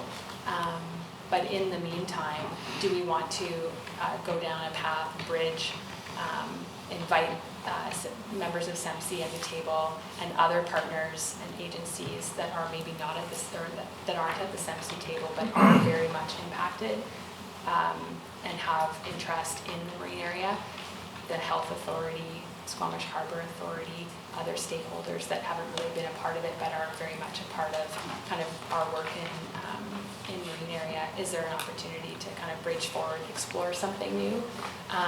We also didn't want to presume that by exploring something new and stepping away from a chair role, it's a collective mandate. It could be that SEMC continues on and elects a new chair, and we didn't want to presume that. There's definitely that as a possibility as well. But at the same time, what we heard was that in addition to that forum for collaborative work, the integrated project review, even though some of those senior regulators are not at the table, there's a need to do that. And planning and development continue fast and furious, and now's the time to ensure that two-way channel of communication, that engagement with all stakeholders in planning and development decisions continues. And that was the spirit behind that recommendation around maintaining as an interim protocol. Should council consider exploring a new pathway, maintaining an interim protocol to keep those communications channels going. But that's sort of the spirit of kind of the recommendations were put forward. Okay, go to Randy on that topic, and I got that. Thank you. Subject to option 3, the only ones who haven't jumped ship so far is this nonprofit organizations and the stakeholders and everything, right? My mandate for Squamish Nation, I engage in these projects and this mandate as required, subject to Site A, Site B, but I deal directly with the province, senior levels of government of the province and the federal government, REDFO as required, and so at those levels I deal directly with them. Subject to this plan, you know, we're in, my mandate is to engage with this as required, and certainly it's always been a really important item for me to deal directly with.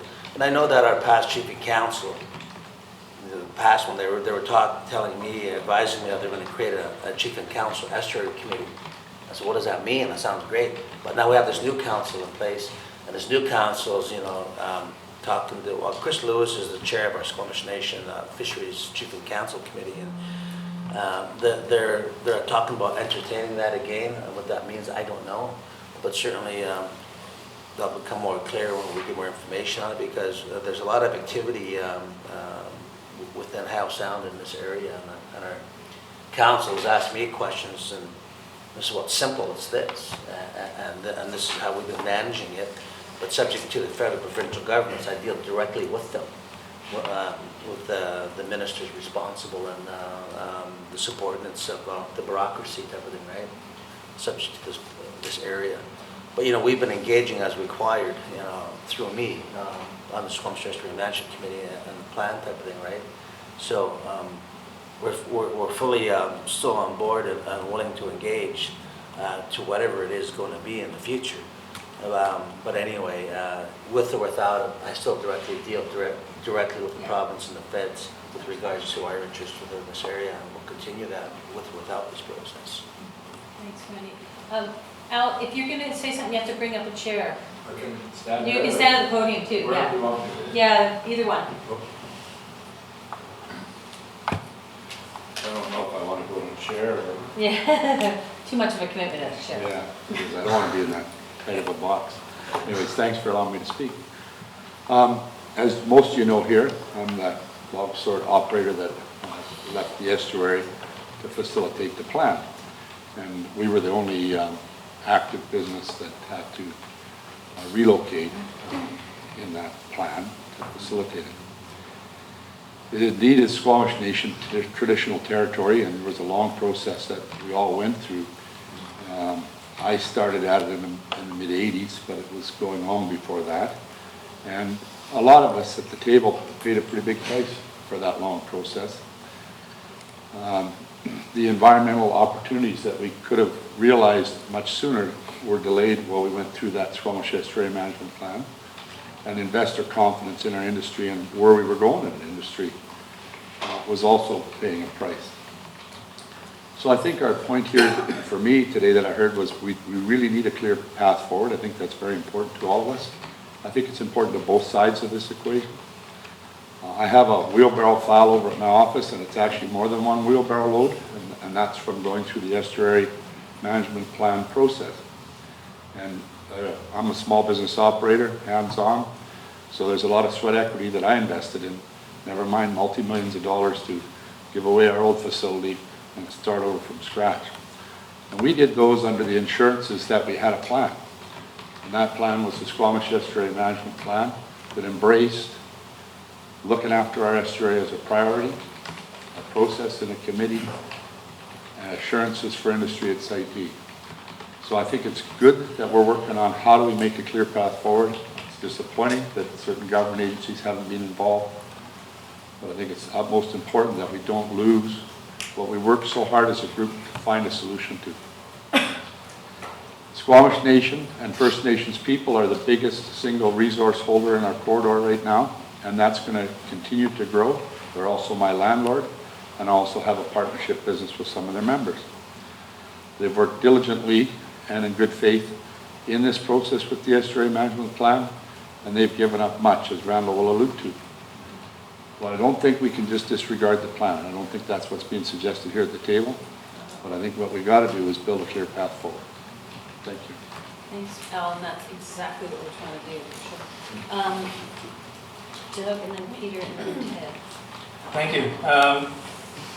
Most of you have actually had more hands-on experience with this than I have, notwithstanding the fact that I live in the community here but during this time. But one of the most remarkable and brilliant things, I think, for me about the Estuary Management Plan is the fact that it recognized competing interests and it came to a compromise agreement. And that is, I think, not to be taken lightly. Look at the newspapers today. It is a very rare thing. And so to me it sets a great example of how we go forward. And the values of conservation together with economic development being able to sort of exist in the same plan is a wonderful thing. And neither really, when you think about it, could exist without the other. It just wouldn't really happen, or it couldn't happen. So for me, that going forward, as Al mentioned, is a primary thing. I would never want to lose that. But these things, and we all see them, and I've seen them on council, they're dynamic documents. Our OCP, we always talk about it as a dynamic living document. And they change as communities involve. You can maintain core values, but there are tweaks, there are different views, there are evolutions, if you like. There's all kinds of different words for it, but they do change going forward. And so I absolutely see the value in some committee. I don't want to get too hung up in the names of what we call that committee, because I've heard a bunch of different names so far. There's the MAST committee, there's the CERC, there's SEMPC.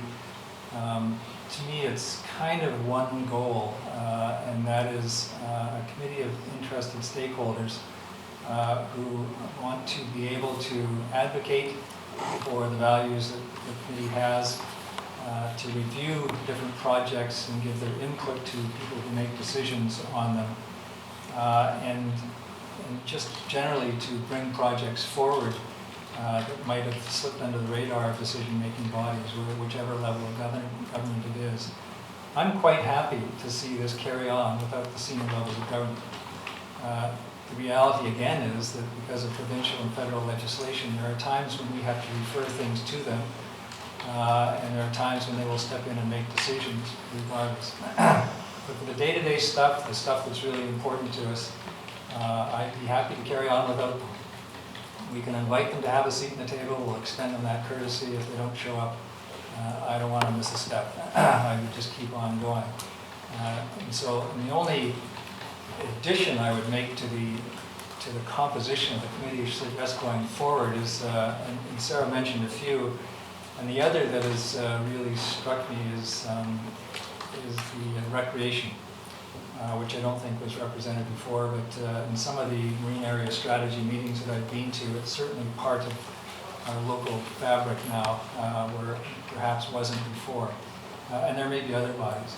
The reality is, and to Carl's point, the marine area strategy as a development tool, maybe I'm taking a very simplistic look at it, but the whole west side of the estuary from the transportation corridor off is now a wildlife management area. That's provincial. There's provincial legislation around that. There's limited, very limited, to my reading, ability for a local government such as ourselves to do anything there outside of that legislation. So it's protected. I don't think anybody's suggesting that should be nibbled away at. I think what we're dealing with largely is how we use the estuary. And how we deal with that. And the blind channel, yeah, it's a hard edge. There's no question down the west side of the blind channel. That was, in my mind, that was part of the deal. One side's conservation, the other side's going to be developed. What's now there that maybe wasn't in the original plan is the Cattermole side, which is going to be a soft edge. And maybe that wasn't there before. And the south end of the peninsula, also soft edge or habitat friendly. So I think, you know, the plan is still living, it's still working, there's maybe an expanded in scope. Transportation corridor, probably off the table, called for in the plan, controversial. I think probably our communities move by it, is the reality of it. So I think going forward, yeah, we have a committee, absolutely. I think the other key thing we have to recognize, I don't think it can exist without district support in some fashion. And the Smoke Plus Committee is maybe a good model for that, where there's a councillor that sits on it, and in addition, there's staff support. I sit on other volunteer committees, and they flounder a little bit without that kind of thread going forward. And so I think it's just the reality now. The MAST is kind of expanding the area that we're concerned with. It's adding a tidal component, if you like, to what the estuary management plan might have been. And I think as a community, we have to recognize that these are going to take resources. These are very important things to focus on going forward. We have a variety of different stakeholders. It's not shrinking. And we just have to put the money into it. So I've got a number of speakers, but I'm wondering if that is a launching point for the future discussion. So I'm generally hearing that we want some sort of functioning collaborative committee to deliver on the mandate of the estuary management plan, as well as some expanded into some of the stuff that come out of the marine strategy. With the existing members of the management plan, management committee being part of some new district-led committee, as well as possible addition of a few other members that maybe aren't currently part of that. And then we would be the facilitators of it, and we wouldn't necessarily chair it.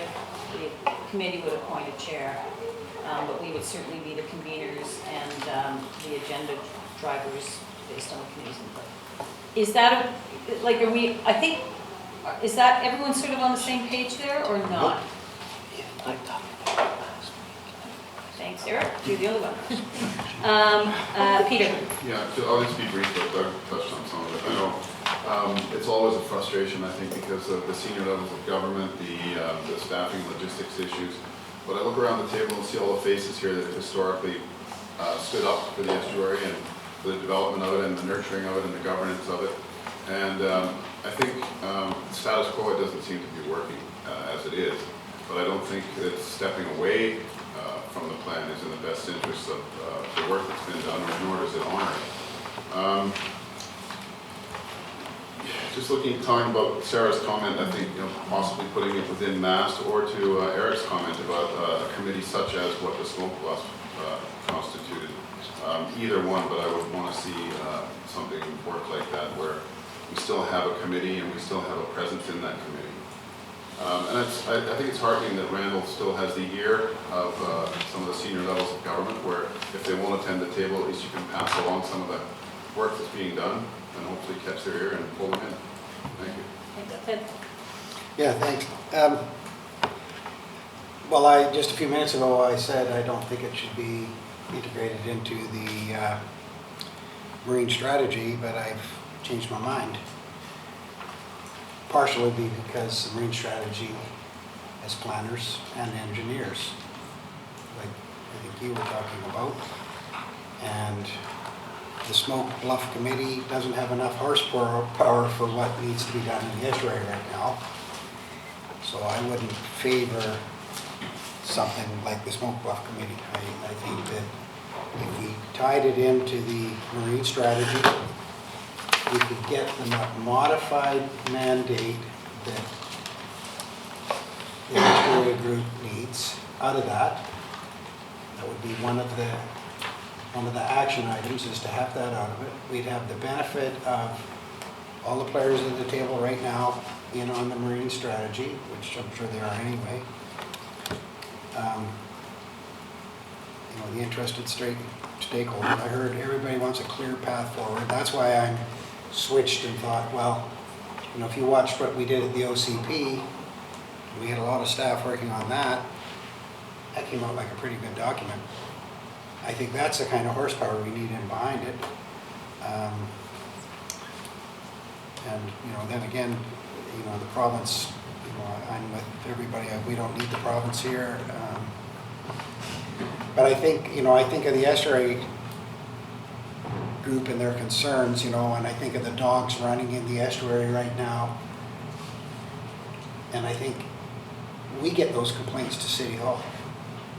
And it goes to Caroline, and,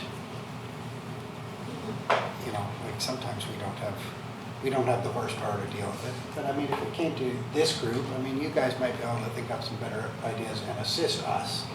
And a lot of things like that. It's like motorboats going up the river and all of the things that the estuary needs somebody looking over it. But I think in order to move it forward, to get that mandate, it's been fumbling for years. Kick it over to the marine strategy where we got a lot of horsepower now. And what do you think, Sarah? I'm gonna. I mean, we need some energy put into it, not. Well, the reason why we put funding towards doing this analysis, the committee would not do the mast work. The committee, like informing it, the committee would then have the work that comes out of mast as their working plan, just as the estuary management plan would continue to be their working plan. It's not mast necessarily, it's a matter of combining the topics. Yeah. But I'm gonna hold off on you, Sarah. Sorry, I got Eric, Jason, Edith, and then Sarah. Sorry, Sarah, I just got lots. Okay. Thank you. As I look over, I want to stop and point out to the work that's been done in the OCP, Sarah. I think we'd be remiss not to acknowledge the milestone document that is as regards marine front, estuary plan, the cleaned up language, and I think it really does need to be recognized. It's in the report, but yes, you're right. Good. Then as I look over the Marine Action Strategy, I'm looking here at the governance and shared leadership pages. And there is marine activities, enforcement, marine conservation, enforcement and compliance, but not a focus on land use and water lot use. So that is where SEMP came from, and that's what we still need. And the Marine Action Strategy isn't there yet. We haven't seen the new draft, but it's not there. There is a reference here to initiate marine zoning review. Well, I've heard on numerous occasions Councillors Race and Pryor refer to the concern that we're going to have everything all zoned before we even have a plan, and that is what we're doing. If you look at your discussion at Darrell Bay a couple of weeks ago, you know, a lot of things weren't discussed on that day that might have been had you had a plan to put it, set it in context. One-Air Park, Waterfront Landing for that matter, these things are going by and coming through council chambers without a plan.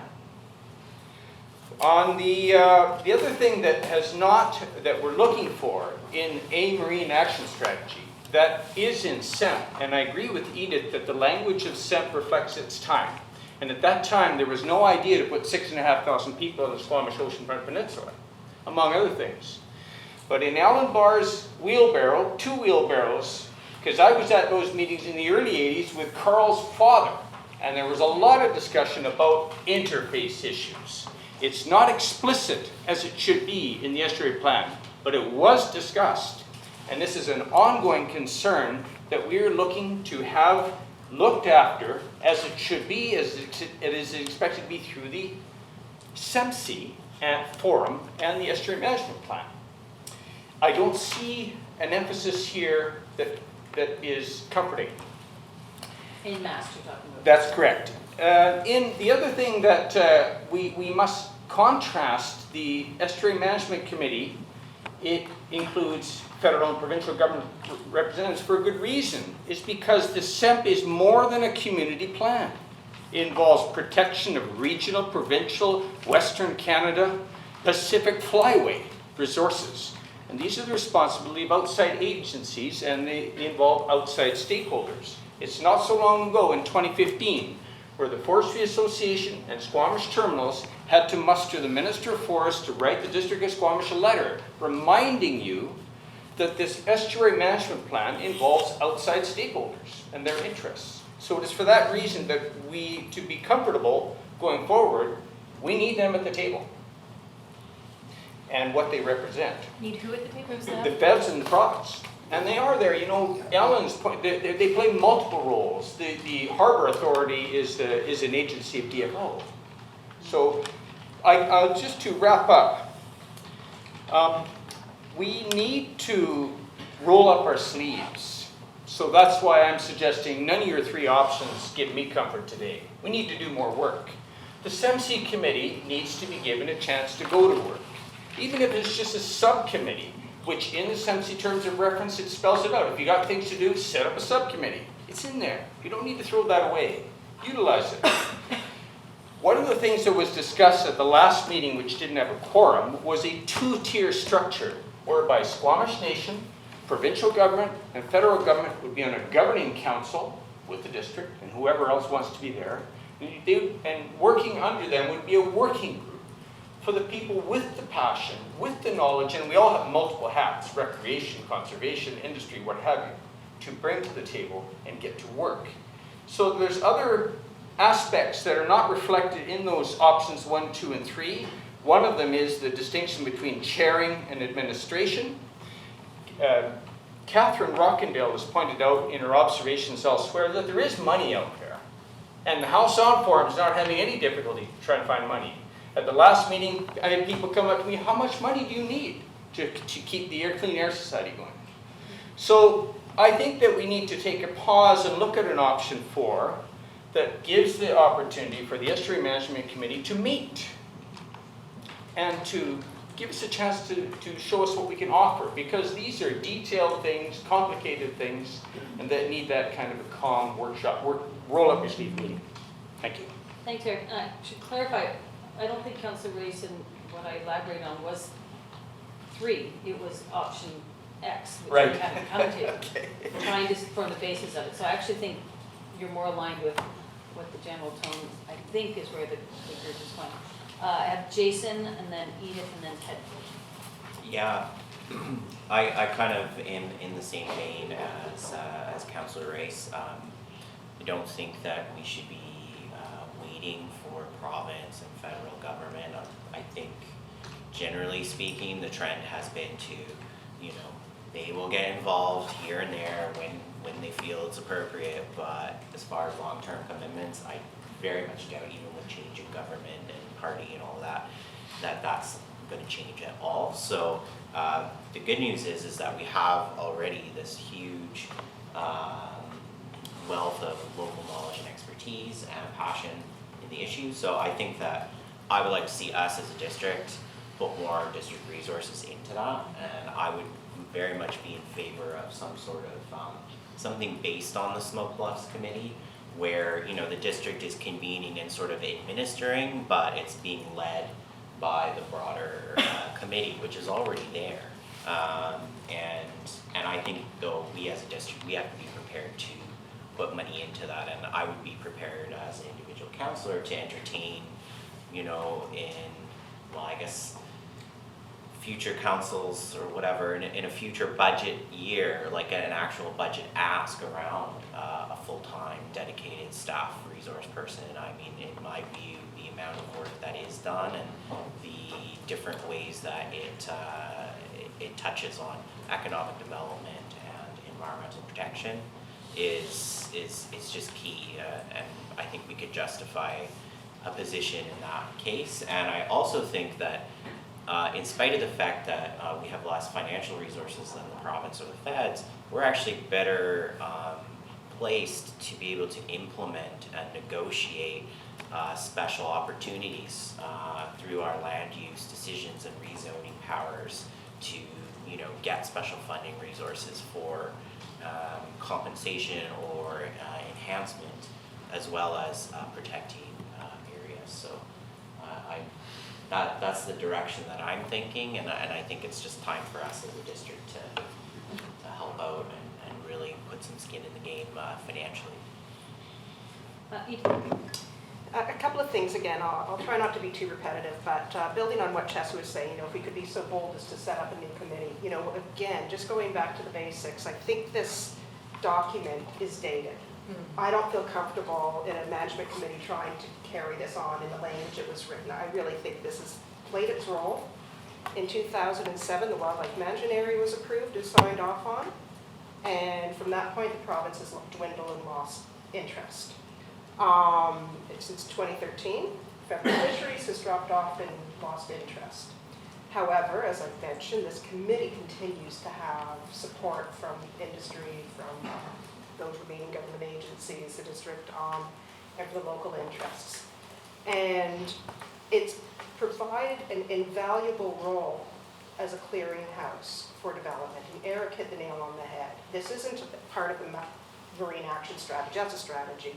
This was a great opportunity back in the day and even today for the reviewers of the time, of whether they're at the table or not, but for the community, for the municipality, for Squamish Nation, and for government agencies to have proposals being reviewed at a local level with no authorization or authority, but getting some really good feedback in a very respectful environment.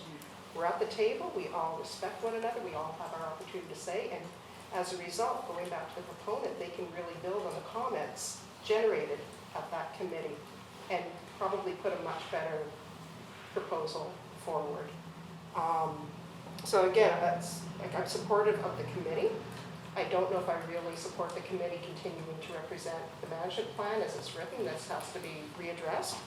I also want to provide some of my own uncertainty in so many regards when it comes to the habitat agreement, the habitat compensation agreement, which was thrown out basically when the Wildlife Management Area was adopted.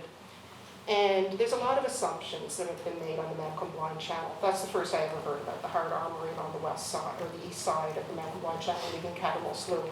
Maybe it was implied, but I don't know that it's necessarily, hard and fast written down, the need for compensation. We're really at a loss in language and the lack of federal fisheries for a lot of decisions in the former industrial commercial land identified industrial management plan.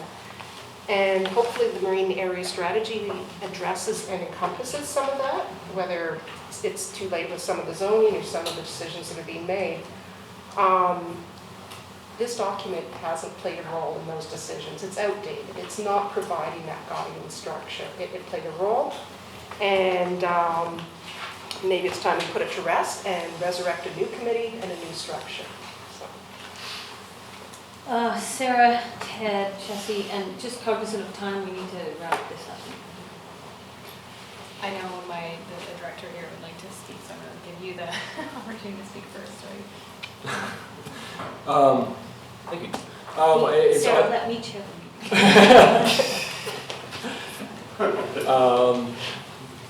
I guess there's always been the workshop format has always been challenging for staff. We're passing notes here back and forth, so I hope I represent everybody's comments correctly here. But I think that perhaps our discomfort with the plan, allow me to touch your copy there, wave it around, is mutual. It's outdated, it needs to be upgraded. And we have felt that without those founding agencies at the table, we don't really have a mandate to do that. Eric mentioned, why weren't we talking about Darrell Bay? I believe Darrell Bay is actually outside of the estuary management plan geographically, and we'd like to add it in. That's part of what we're talking about is, hey, we should all be talking about Darrell Bay and what to do there. And we should have some recreational representation in others. Absolutely. Absolutely. So I think maybe that there's some real discomfort around losing that historical touch with the name of SEMP and SEMC, if nothing else.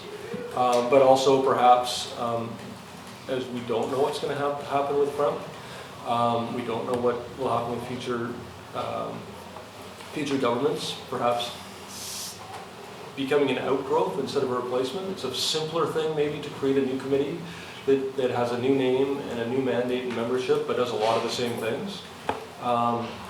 But perhaps there's enough of a mechanism within this estuary management plan that the current members who are actually showing up can completely rewrite the mandate, rewrite the membership list, rewrite the geographical area, and still call it, we're getting a little bit outside of the estuary, which is part of the issue, with the expanded boundaries, but still mostly estuary. Perhaps it can still be the SEMP 2019 or whenever we finish it. And that might be a compromise position to really be able to move forward. We can't wait for DFO to show up at the table. We can't wait for the province to show up at the table. We've got to have something that works and You need to add something, Karen? Well, I think I just wanted to point out too, and maybe allow for some space for discussion around the differentiation between sort of the SEMP and SEMC committee, which is a very much a self-governing collective mandate, but self-governing, versus a committee of council like Smoke Bluffs, which is very much a committee of council, and those are quite different. And I'm not saying, you know, one is better than the other, they're just different. And so in terms of pathway forward, I think that's a critical thing to try and figure out. I know that this has been a lot for... Just to clarify though, that the Smoke Bus Committee has a bit of a mandate of its own. So it has a budget, it can do things based on its strategy without having to come back to council. Even though I just wanted, it's not as confining as every decision comes. But members are appointed by the Yeah. district, Yeah. as opposed to sort of coming to the table Yes. within their Yeah. own Sorry, collective Dawn. kind of mandate. And so I appreciate that there's been a lot to chew on today, and certainly it hasn't been an easy, we know a decision point is really needed, and so we were wanting to bring this forward for discussion and did our best to sort of put out a number of options for consideration. And I think there's going to be some kind of emerging option that kind of comes out of this. I wanted to, just to Randall's point, it's really important from staff's perspective for everyone and for the committee to know that it's not the recommendation that was put forward was not about sort of jumping ship. It was more, trying to raft up with. I'm always about metaphors, but trying to raft up basically and try, get in our canoe. We're going to try and figure this out. Throw out life preservers. Let's paddle harder on the left side a little bit right now. And so that was the spirit of the recommendation coming forward. The status quo has really been a tricky one, especially given the points that Edith has really made quite well around the current plan. The third option around exploring that scope and mandate in terms of reference for something new, I think we're talking maybe about something similar, and whether or not it's under the Marine Action Strategy or not, I think that's less important. The Marine Action Strategy is really like a collection, a bag, a bucket full of actions. That's all it is. It's not meant to be another estuary management plan per se. It's just elevating all kinds of really important action, like goals, objectives, and actions that we want to undertake together. And finally, I think there are, like, the coastal ecosystems focus area within the Marine Action Strategy does talk to a lot of the pieces, I think, that are really needing to come to the fore around expanding marine protected area network, looking at habitat protection goals and objectives, and a lot of the things that will follow from that process. So I feel that we're trying to cover those bases there, and look forward to more discussion with the community around the marine strategy. Anyway, so I am just posing the question about, coming full circle, posing the question about committee of council versus more of an arm's length kind of committee that is more self-governing and self-appointing, that kind of thing. So. I've got Ted and then Chessie, and then let me try to coalesce this into an action script. Thanks. Well, I think we're getting there. So when we talk about the Smoke Bluff Committee, and possibly a position next term. That's the future. Let's not say a position, we need to Yeah. resource it. Yeah, well, just a second, let me finish. I'm just trying to get this in perspective. I mean, I'm just talking on things that have been brought up. So a position next term, like we have budgeted for that. So that to me is fine, but that's not going to help us right now. I think the federal and provincial bodies will be here when there's something worthwhile for them to come up to. And Edith said, clearinghouse for developers for a review of developments. And that to me was always what the biggest thing was with this group. And when I sat on the group, I was so proud to be on a group that was looking after the estuary. And I think of all the pilings that are gone and all the good things that came of that. Well, that's not the case anymore. We're not going to the estuary review committee with developments anymore. I mean, we've got SODC getting reduced setbacks along the Catamount Slough. We've got sheet piling coming all the way down the Blind Channel. And I don't think that even went to the estuary for a comment. No, it didn't. So we're failing on that one. And part of that is staff has not necessarily got the proper mandate in how to engage this group. So I keep going back to revised mandate. And so we're doing the marine strategy, which is an action plan. Well, let's make one of those actions a revised mandate for this group.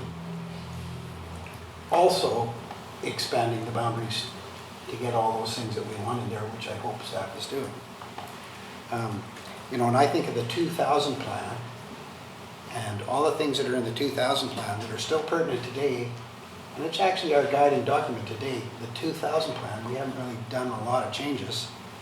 We haven't adopted other plans that override that, but it's the 2000 plan, and I don't know if we ever really go back and review that like this one. Like this document is still a good document, and it protects the estuary.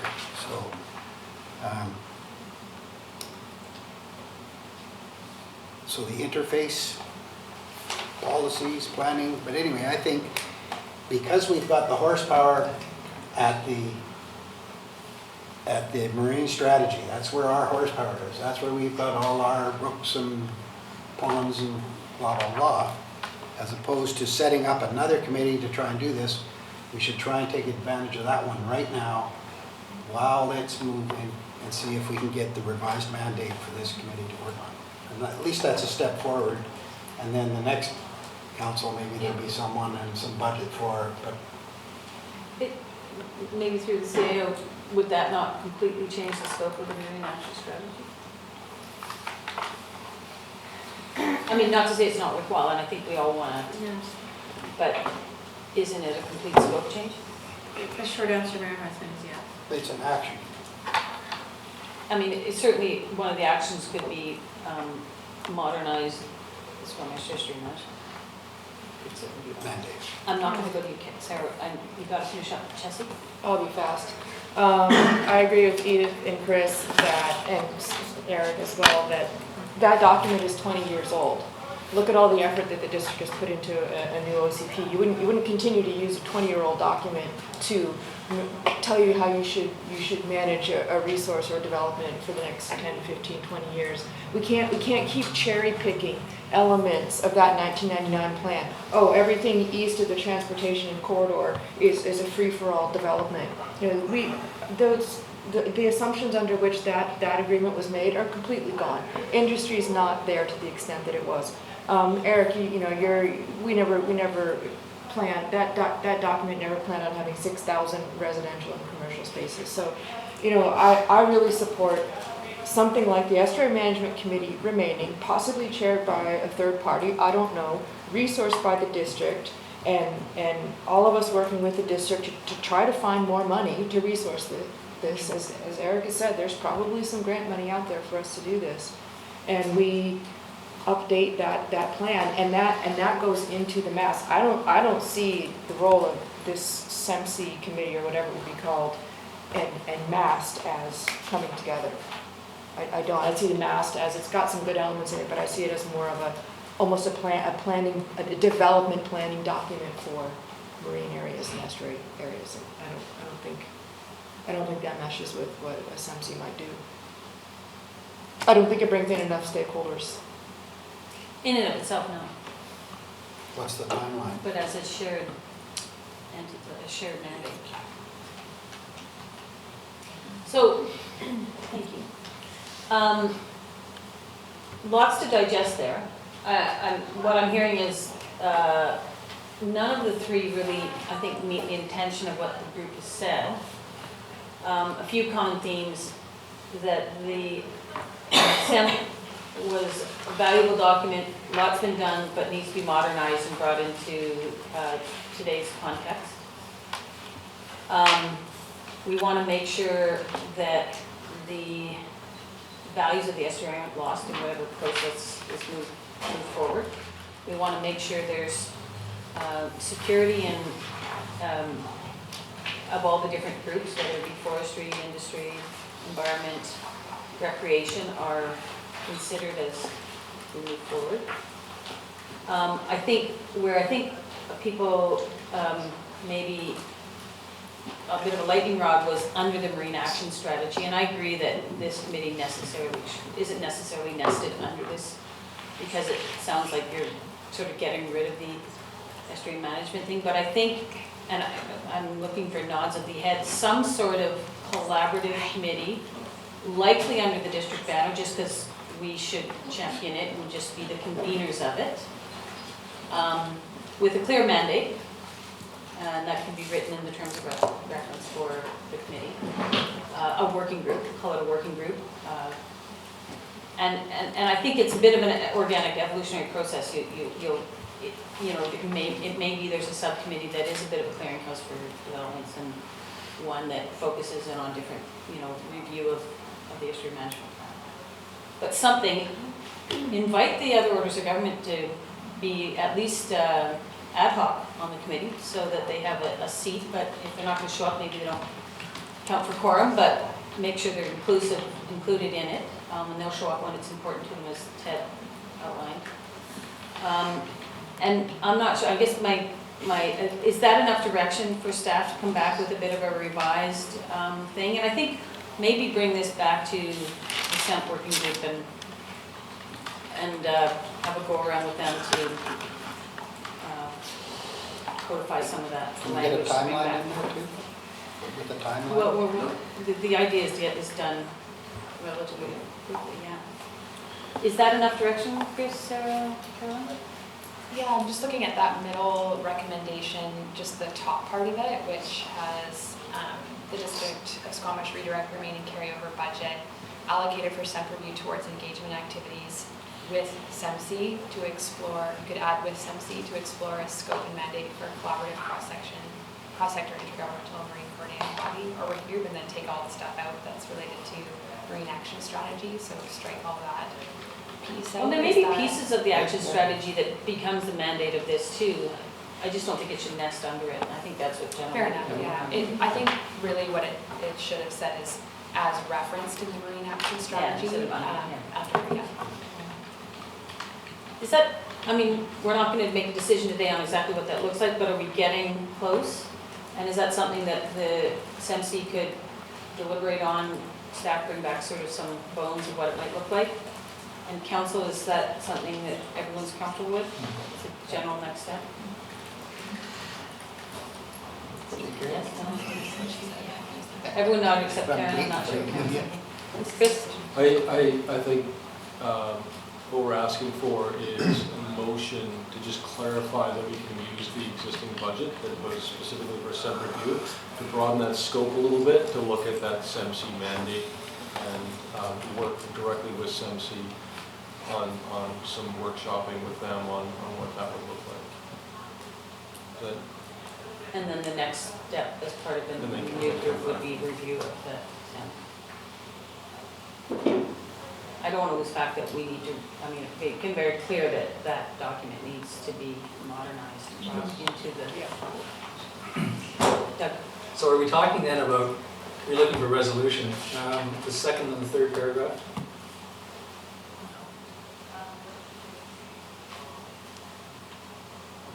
because you need to redirect the funds. They would like to. And in the interim, when I look at the third paragraph, we're talking about a referral list I think for we're, anything that might come up. I think we're talking about actually keeping the committee, not just keeping the referral list. That's Well, just- there's nothing in there that says we're not going to have a committee. There's also an alternate recommendation in the report that Caroline's bringing up, which was continue to participate on the Estuary Management Committee in its current form and mandate. But given the conversation today, it's that current form mandate that's of issue. Yeah. And that the district staff direct additional resourcing to support staff participation.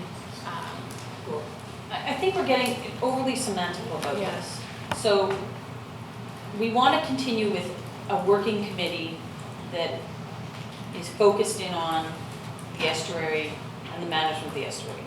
Ideally with a modernized review and possibly with some extra participation and some of the things that might come out of the Marine Action Strategy.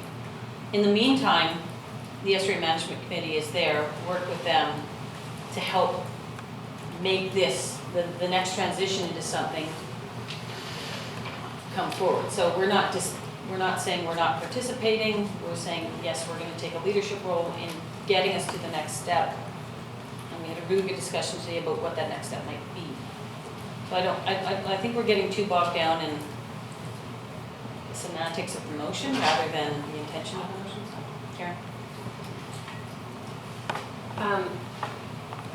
I'm supportive of this direction. I think we should use the money to explore the next step. But I think it's two things. How do we update the plan? And then what does the governing body look like? Exactly. And those two things can be separate. But we need a new plan, and one that's modern and reflects what's changed and what's coming our way. And then we need a governing body or referral agency that takes in more of the land, as Chris was saying, and other opportunities that different organizations see, whether they be health or recreation. And I think we should lead. You know, I think we should just figure this out and be innovative and lead. That is our job in Squamish, is to set the precedent, I think, for a lot of communities like ours. And I think the fact that we were one of the first communities to adopt a SEM plan is important, and we shouldn't lose that legacy. And I think we shouldn't be afraid to just figure out what's next. I think we have a fundamental role at the District of Squamish to play in that, to convene, to help make decisions, to get great advice from a committee about new developments coming our way. You'll never hamstring the discretion of council, but boy, it matters when your community says, you know, we looked at this, we made some suggestions to the proponent, they ignored us. Council, do what you want. I think that has a lot of say. So I think that it's not rocket science. I think we don't want to lose the values in that plan. Those are good values. They did good work in this community. But let's make it, you know, relevant. And let's use the money we have this year to do that. And then look at expanding that advisory body. I think there's a model that works that. I think we're all talking about the same thing. Yeah. Exact same thing. I think this motion is too prescriptive on what we're trying to achieve. So I guess I'm looking for staff, we've got an hour left in this committee, to put a simple motion that basically articulates just what Karen and I just said about we want to update, modernize, and we want to create some sort of functional governing body that embodies the themes and essence of the estuary management plan in a revised, modernized form, and possibly some of the stuff that's coming out of the Marine Action Strategy.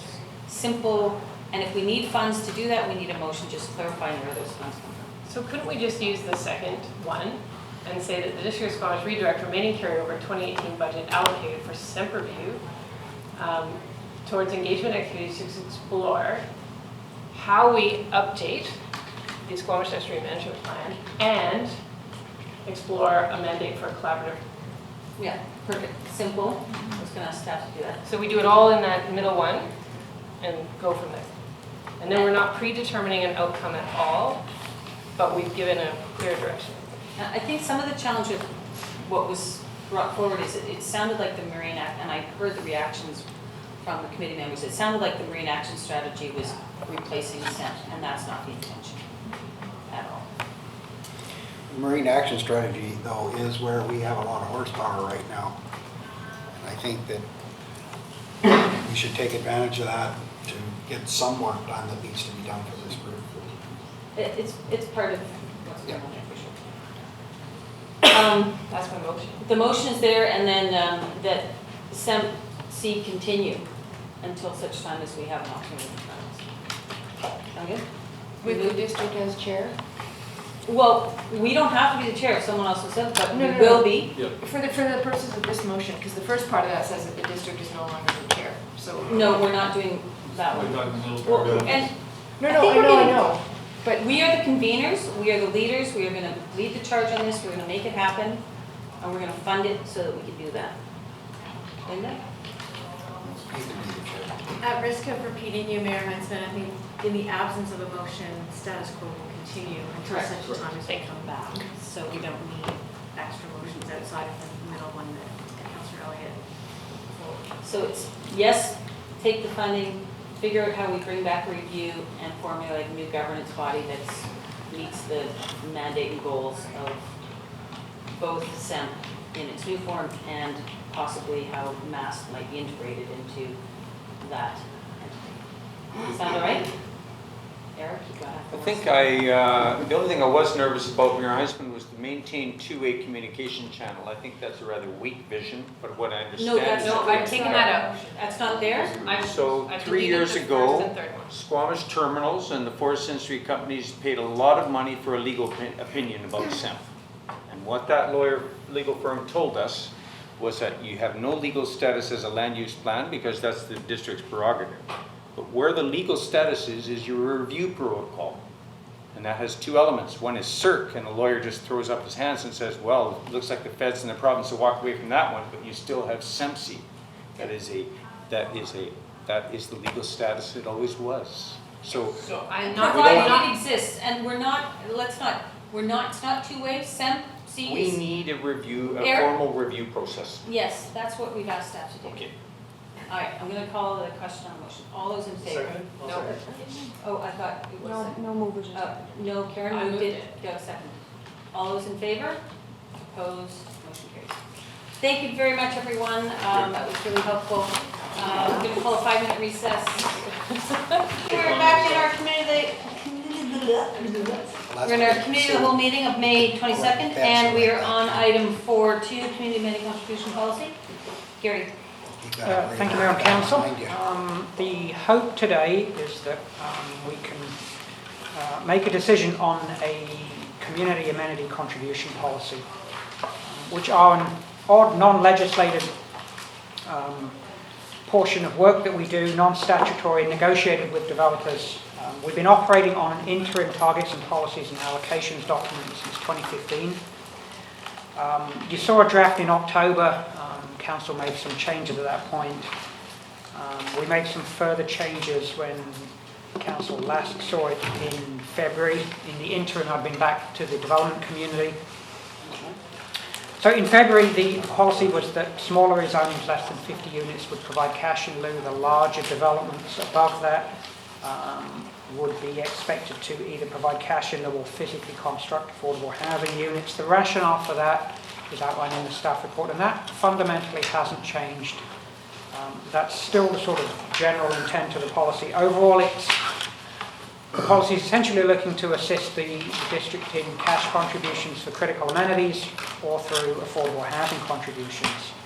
So between February and May, I've had some further consultations with the development community, and I think those consultations have gone as far as they're likely to be productive. So the changes that we've made since that time quickly are an addition of an in-stream definition, which is right from the Act. So that's something that's consistent with the legislation.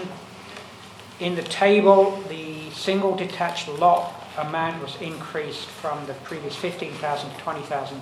The last council saw this, they increased the square footage amount from 11 to 15, but we missed the single family. So That was the intention. So. I've added a similar increment to the amount per lot. As noted previously, that $15 amount or the $20,000 amount, it's tough to compare to other jurisdictions. Those numbers vary widely across the lower mainland. So we're neither the lowest nor the highest. We're probably a little bit above average, but it ranges as much from a few dollars to $140 per square foot, depending on the jurisdiction. So, there is a definition to the term major new residential projects, and that's set at 250 new dwelling units. So, for instance, there's a project pending on Centennial Way that would be above, I think it would be above this threshold. There was an addition to section 4. What's on Centennial Way, Gary? Oh, there's a rezoning and OCP amendment. I didn't think it was active. I didn't think they had made an application. Yes, it's active. It was ADP last week. Oh, I suspect you will. Never mind. Okay. I suspect you will see that. There's a qualifier on section 4. Sorry, I should.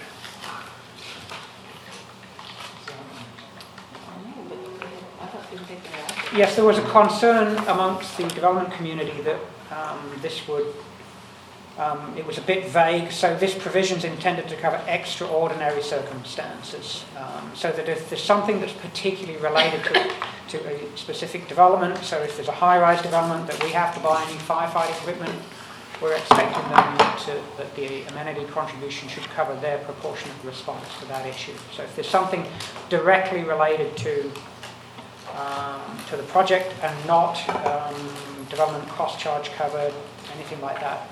Then just a clarification on section 4. A new section 5 has been added to allow for developers to physically construct affordable housing units off-site. That's fairly typical, an oversight on my part. It does provide some flexibility. There's a qualifier in that as well, is that we're not expecting that that's all clustered in one or two locations across the district, that if it's constructed off-site, it's spread across the district. And then towards the end of the draft policy, there's a new section 17. We will produce that requires we produce an annual report of community amenity contributions for transparency and accountability reasons. I think we do that on an ad hoc basis, so now we'll do it on a more formal basis. Section 18 deals with implementation. It states that applications submitted or in-stream would be subject to the interim guidelines, which is fairly typical practice around grandfathering. However, having said that, as a policy, council can administer its policy as it sees fit. And the last added section 19 simply states that policies should be reviewed every 2 years. So really those are the only substantive changes that have been made to the policy since it was last seen. Subject to council having any questions, the recommendation is to approve the policies presented. Clarification question. When it says affordable housing, are you talking purpose-built rental, or are you talking affordable housing? It's a general definition. It could be either. Because it makes a big difference in terms of if it's considered a CAC or not, whether or not we're... Anyway, I think we're meeting purpose-built rental. Affordable purpose-built rental, but anyway, Karen. Just a couple of questions, Gary. In the applications for less than 50 new dwelling units, the first one is for single or 2-unit residential.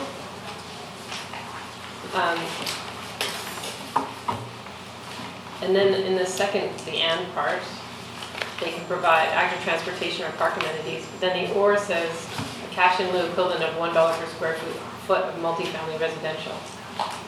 But if they're single-family dwellings, does that apply? That should read, that's a typo. It should be per square foot of residential GFA. Okay. The words multi and family should be struck. And then in the next one down, multifamily residential or mixed multifamily and commercial. In section A, under the or, we talk about employee staff accommodation restricted to the staff within Squamish. Why wouldn't we just call that affordable housing? Although priority would be given to people working in Squamish. Why wouldn't that be the covenant rather than just employee and staff accommodation? The distinction I make between staff accommodation and affordable housing is that under staff accommodation, the business has preferential access to those units. It's a subtle but perhaps important distinction between affordable housing. Which business? Any business that that was operating its own staff accommodation. But they're not building it, a developer's building it. So how does the developer choose which business they're going to give that employee housing to? Well, that would be part of the housing agreement. So all of these need to be part of a housing agreement. So council would need to approve that. Or in the instance, this was designed in more for if you've got a large multifamily and commercial and that business has a number of employees, they may want to have some of them, all of them, in staff accommodation. So I just wonder if we're making this one a bit too complicated because it's for less than 50 new dwelling units. And the fact of the matter is that most employers are suffering because their employees can't find affordable housing. So if we prioritized affordable, and then if you put if people wanted to, we'll give locals first choice, because I know some developers have done that. That, I think, accomplishes it rather than having to put another housing agreement in, finding a business, and maybe for some of the larger developments, but I thought for the less than 50, we could just simplify it. I don't know how the rest of council feels, but that one just seemed, it's more about affordability that's challenging employers, not necessarily just space. Well, and conversely, I think all of this is trying to meet the local labor. Like, everyone should be, this is geared towards is living and is working here. So I think that's a given, that it's people working here. I'm not sure that we protected that anywhere. That's what I'm saying. I think we should. In this policy. In bigger housing strategies, diversity of housing, affordability is part of that bigger thing. But I think in terms of our strategy here, it should be for local people working there. I have one more question. Yeah, go ahead, and then I've got a list. Okay, and then in the applications that propose 50 or more dwelling units, number 5, single or 2-unit residential. How come we give an option for cash in lieu? For which no. So they can give number 5 as single or 2-unit residential, but in applications of 50 or more dwelling units, so they can build a minimum of 10% housing, or they can do 20,000 per new single detached lot.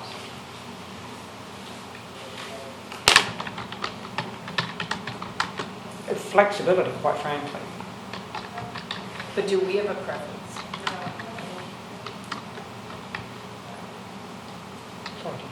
Well, just for clarification between staff members, if Yeah. I might have, Mayor Hudson. This is, it's housing or critical amenities, right? So the cash goes to critical amenities. Yes, the cash, that's a critical distinction with this policy is when the money comes in, it goes to critical amenities or affordable housing. That's council's decision. It doesn't matter what the developer says. Okay. So, Ted.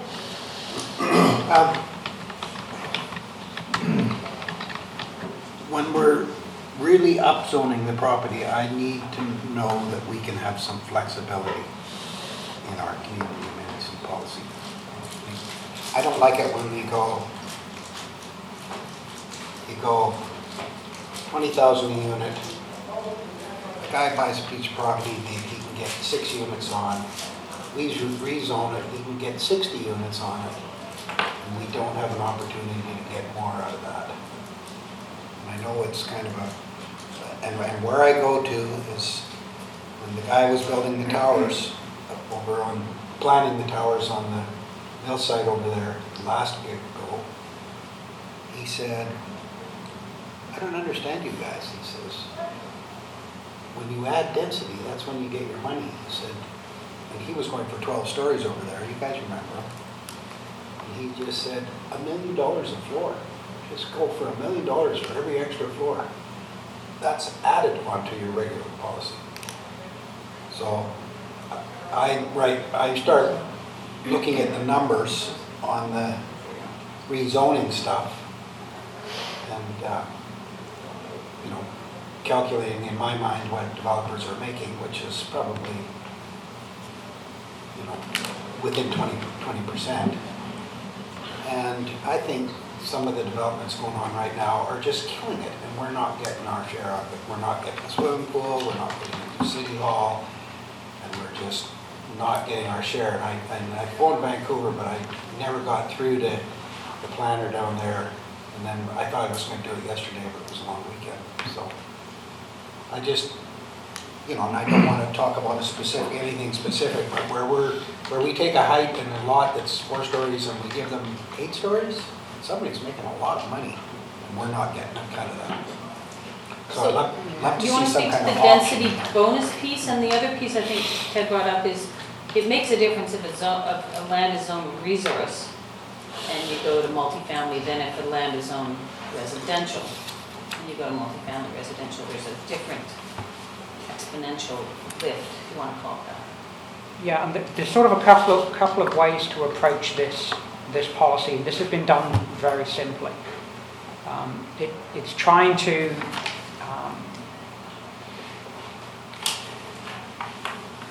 set the parameters for us as staff to negotiate a basic amenity package. If council wants to push it more, they always can. The other way of doing this, which is the way that you can address that more cash-based one, is to do it like the DCC model, and that is to put in all the facilities that we're missing, all of the things that we want to see collected through community amenities, and then assigning a cost per square foot. That's a much more complex policy to do. This was done sort of to get something. This is as I said last night, it's the right now policy. It's not the right policy. The sort of approach that you're taking is something that we could try in the future, but I say right now we're not at the point we could do that right now. So. Well, I kind of know that. Anyway. If I may add to that, to what Gary said, is the policy now would also speaks to doing a pro forma on larger developments. So I think where there is a massive amount of density being added, that we could do a pro forma. And that's captured in the policy. Well, performance, I really was in favor of it. We brought performa up once before. It's in the, Well, I got another one. Also, I watched the development come in and, 15 units here, whatever, all these units getting, and, the developers are doing pretty good in town, and they're, in most cases, holding a bunch of them themselves. They're not just selling them all, or we'll keep 20. So we're getting rentals out of them anyway. And they're also selling to speculators who are just buying them and say, well, I'll take 2, I'll just rent them out.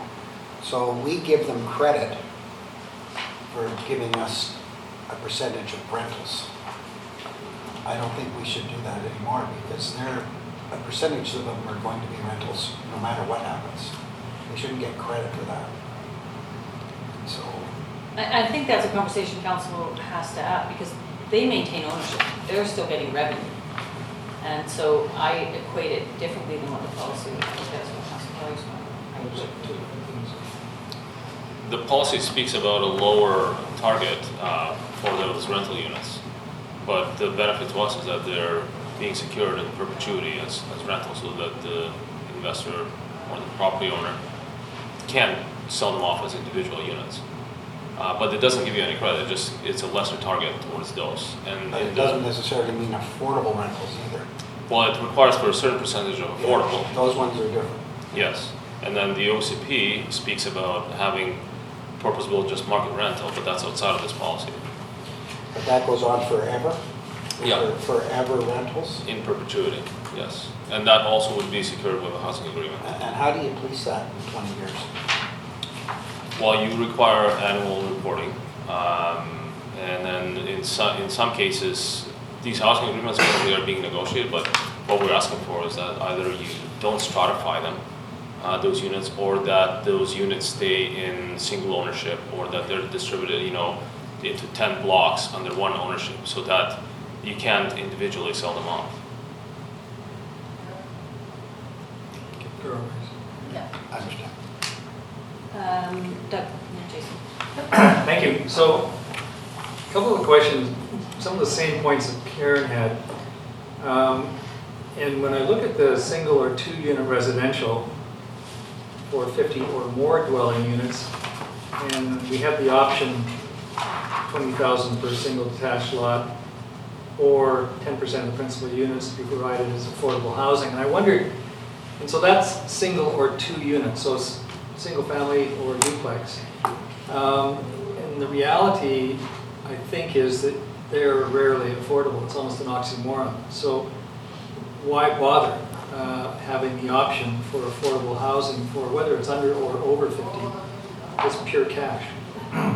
That's it, and we'll take the money and put it into affordable housing. I went through it with the developer of Amblepath, and that was the first small lot subdivision. And he was bound to sell for a certain period of time to locals at 50% of the average of the listing of full-size single families. And that was the condition of his rezoning, one of the conditions of his rezoning. I don't know if we're talking about something like that, but practically speaking for me, if you're talking affordable housing, you're talking apartments or relatively small townhouses. Above that, you're getting into things that just cost a lot of money and it's not affordable, just because of the nature of what you're dealing with. So I wondered whether or not we just want to forget that for under or over 50 unit proposals, get rid of the option for affordable housing. And you can think about that. The second one is farther down the page under number 6, multifamily residential or mixed multifamily and commercial, a minimum of 10% of the principal units, etc. And provision of publicly accessible active transportation and park amenities. And I was wondering, it doesn't say to what value. And so is it to a value of $1 a foot? But it doesn't really say that. So over the page it says cash in lieu of $1 a foot. But is that necessarily there? So I think it was just a matter of clarifying what the value of that active transportation component might be as a minimum. And that's off-site or on-site? That is offsite. Yeah. Because they're expected to deliver it on. On-site, Yeah. it's part of the deal, yeah. The answer to that question is that the cash in lieu equivalents are meant to sort of guide that. If you're going to physically provide them, we would expect to see them in no less than the values of the cash in lieu. And I believe there is, it's somewhere. I know in the text, I think, I referred to it a little bit, but I didn't quite see that. Anyway, just so there was no uncertainty. The other is also in number 6, B, where we talk about employee staff accommodation restricted to staff working in Squamish. So we're talking $15 per square foot of multifamily residential gross floor area or employee staff accommodation. So how much employee staff accommodation? And so is there a certain percentage that's required? Is it like affordable housing? I think it just kind of left me with a question mark there that I think maybe needs some clarity. So they don't pay the $15 a foot if on a particular unit if it's employee staff accommodation, but they'll pay it on the balance. And so I think we just need to clarify that. But the other question I had, and I'm sorry to bring so many things at the time you wanted to get this sort of finalized, but now we've been through one. The PacWest site. And And what struck me in that, well, no, we got this proposal. What struck me in that, and it's in the stream, I mean, it's kind of on its way, was the amenity contribution is, except for some of these add-ons, is entirely affordable housing. And affordable housing in a development like that is some units, granted they're covenanted and so forth. They may be held by the developer or they may be sold to investors, depending on whether the developer is in the business of doing that or not. And the thing that makes them affordable is that their rent on some formula is, let me say for example, 80% of market for a unit like that. And so that reflects in the selling price to an investor, the value of that unit. And so the income stream from that unit for an investor is reduced a little bit, so the investor will buy it, presumably, for maybe 80% of the normal market.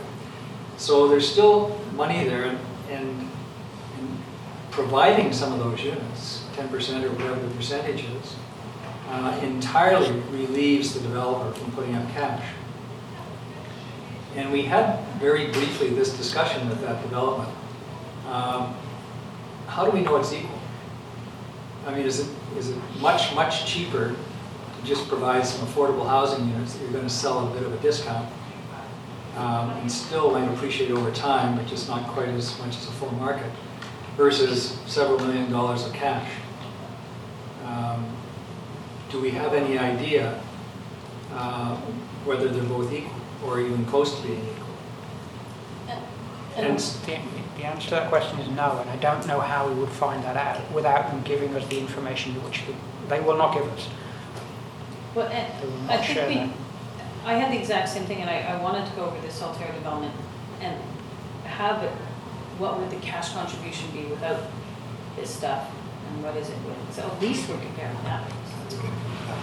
Yeah, and this is the sort of, if we take cash in lieu, it's useful from a critical amenities point of view, because we have a lot of critical amenities. We have all sorts of ways we can spend that money.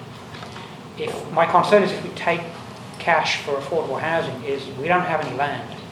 It's going to be very difficult to spend that money.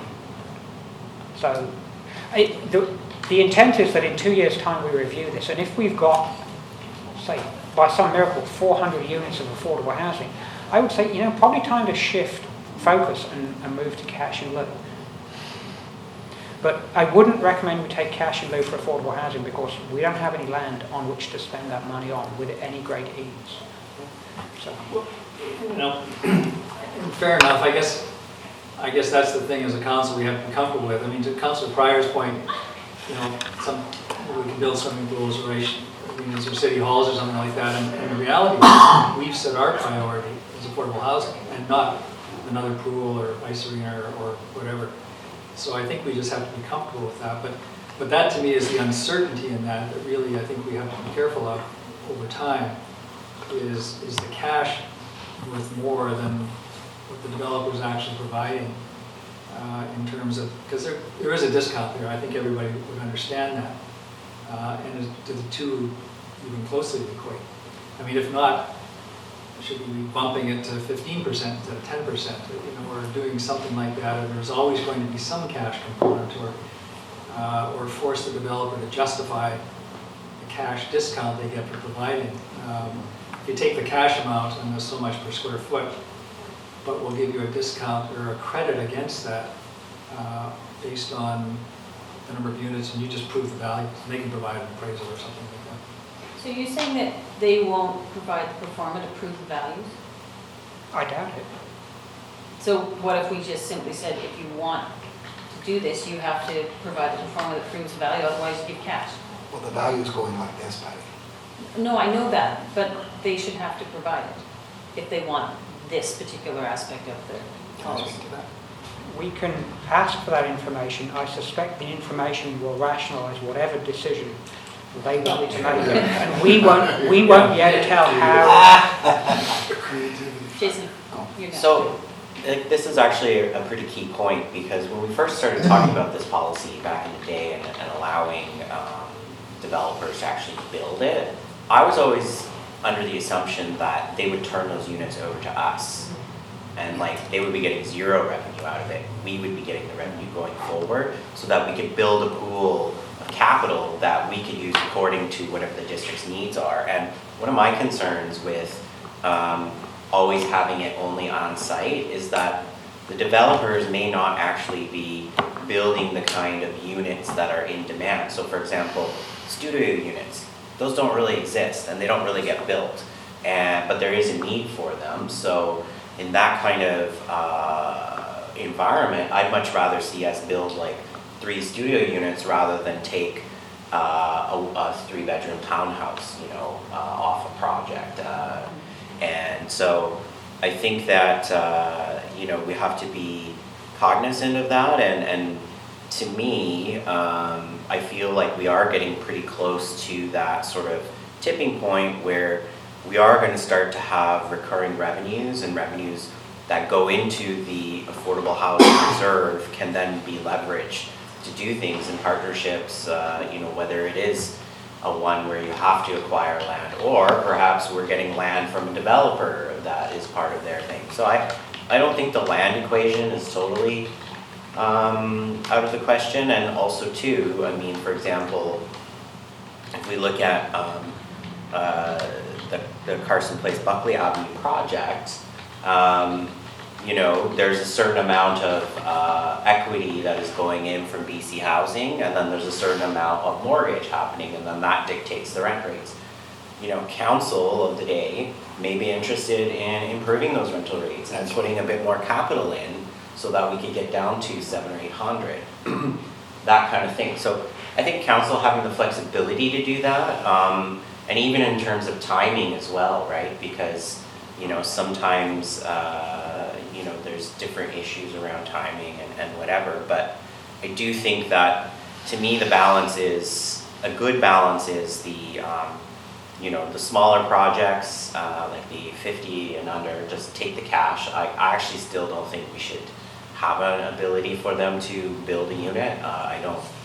I actually think that that also raises a lot of other issues. You'll probably have them really trying hard to go for variances to squeeze that extra unit in, and I don't think we want to go there.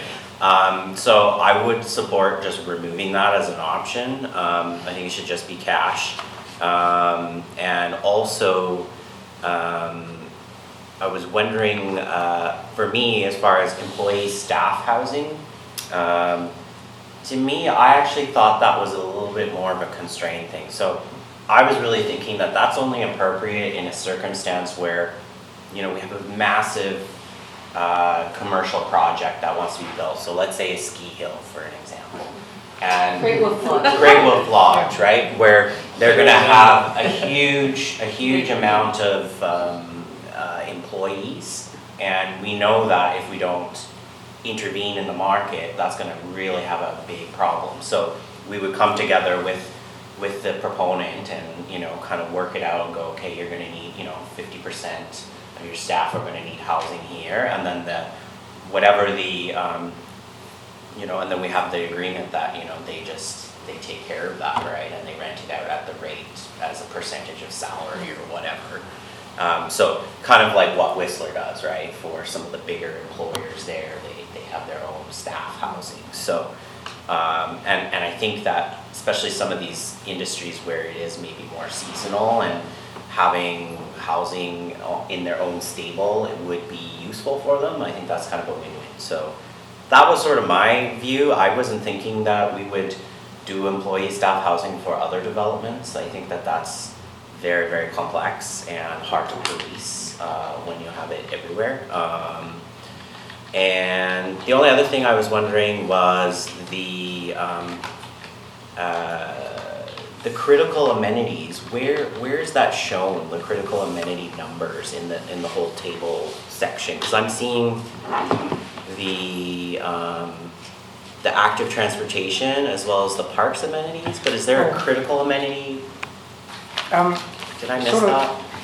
It's the $15 per square foot. The Oh, 15. in terms of, 20,000 per unit. Okay. It's just the cash.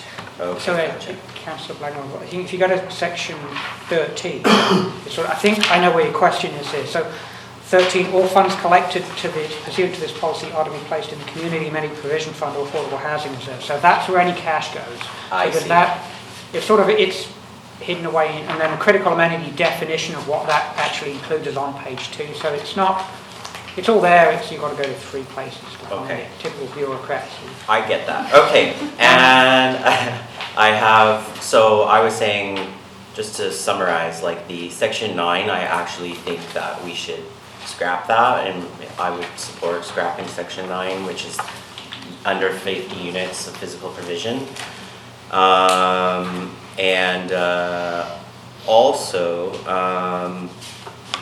the section 12, CAC contributions will not be calculated for applications that propose. I think maybe we just need to make it very specific, so to say, like, the portions of applications that propose non-market, because it could be sort of interpreted in a way that, oh, I put some non-market housing in, so now you don't have to assign CACs to me at all, whereas I think the intention is it's only on the portion that is actually that. So That is the intent. I know that's the intention, so just to really clarify that one. Yep. And we may want to strike out the term affordable. We may want to just put non-market or social housing, because then we don't get into that sort of what's affordable kind of debate, which is always very challenging. But, you know, non-market sort of has that much more stronger intent. And then the last thing, oh, and then the other thing is number 4, if I understand correctly, so that is, we're saying there that, okay, you're gonna pay your regular CACs, and if your building also requires new firefighting equipment, you're also gonna pay that. So they're not gonna get credit for, oh, I bought a fire truck, so now I'm not paying any CACs, is that correct? Correct, that's what it's intended to do, yes. Okay. Proportionate contribution to demonstrate, okay. And then, my last comment, no, two quick comments. The 250 residential units, I kind of wonder if we just want to leave that at the discretion of council, what they consider a new residential development project. Like, I just kind of feel like, wouldn't most developers just like parcel off their developments and do 225 each time? How would we kind of discourage them from There is a doing risk so? that whatever threshold you set, that becomes the magic number. Yeah, so. There is that risk. I mean, and I just think it would be major, and because it's a negotiated process, like, you know, the council of the day, I mean, they're gonna have to really demonstrate that why it's major, right, in order to have a reasonable case with the developer. So how would we articulate that so we're not setting the hard number so people don't put 249 in there? I think the best suggestion is to delete what's been inserted and just go back to what it was. Yeah, And let council make that Like, determination. I totally understand why the development community just like prefers to have an actual number, but the reality is that, you never know, right? I mean, a project could be considered major depending on, you know, maybe traffic impacts or other kinds of things, so. Thought about that, but I really like that we've included the pro forma stuff in there, I think that's awesome. And then the last one was the off-site. I also am not super comfortable with that. I don't feel as strongly about that as I do the other things that I've mentioned, but I just think that that's a bit of a cop-out, and also typically, especially the staff accommodation portion, I think, you know, You're talking about number 5, yeah. The staff accommodation units, I mean, theoretically, I mean, you want, if you have a really large employer, like, you want people living in close proximity to where And they're that's at. not a CAC, that's just a fundamental necessity of the development. Yeah, so. It may not be in the right policy. I'm not sure about the offsite, but maybe there's some other benefits to that, I don't know. Anyway, I just wanted to flag that, and then I'll stop now, because Thanks, Jason. Ted? Yeah, thanks. Going all the way back to Doug talking about the rentals. So you've got 100 units, and you have to put up 10 units that are 80% of the rent. The top floor rents for $2,000 a month, so 80% of that is $1,600. So you rent the bottom one out that faces the wall, that's $1,600. And the top one that's got the nice view is He thinks like a $2,000. developer. No, I'm just saying that. Well, I mean, I've noticed everybody, they always jump at that. Oh, yeah, we'll do extra for those. You know, no wonder you're doing extra. And also, like Doug says, the guy that buys that, he knows he's buying it a little bit cheaper and he's renting it out a little bit cheaper. So it's actually not a bad thing, right? So, I mean, I don't know how we police that. And so if it was 80% of the rental value at the discretion of the district to pick them. So, and then the other one was owning the units. And I mean, I've heard us talking about that. And I've never really heard recently any of the developments where we are owning them. I mean, are we? Not, no. See, we're not owning them. I mean, I would love it if we owned them. I would rather take them owned because like Jason says, now we're getting an income. So we're getting an income that's going in the bank to buy more, and that's how the whole senior setup was set, you know. I mean, that's how you really create affordable. Is you can, when you have 250 units rented out and paid, every 6 months you can build 5 more. So that I would aim for that. I don't know how, I mean, let's not lose that point, because I don't know how we would do that if one unit costs $300,000 or $400,000 to build. In a development like Salteros, we'd get one unit. That rents out for $2,000 a month. Exactly, so, but we only have one unit versus, our goal is not necessarily to own units, as Gary said, our goal is to get more affordable rental in the marketplace.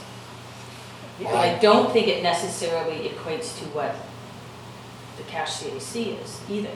So, but I think like we, for like the Daewoo site up on, or what's the other one, the Target one, I think they had 10 rentals in there, right? But a CAC for that 35 unit development would only give us maybe $150,000, not even building half a unit with that, right? Well, part of the other way to look at it is what's it going to cost me to build those units if somebody doesn't build them for me? Exactly.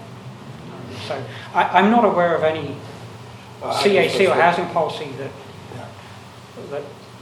the municipality gets free and clear title to the units. That's like 10% of your development. Thank you very much. That's, yeah. Well, I mean, to me, that's a good deal, but. I mean, the key we're focusing on is, are they going to be affordable? Yes. I mean, in terms of establishing the rent, that's not 80% of the rent that you tell me. That's 80% of what we determine to be market rental.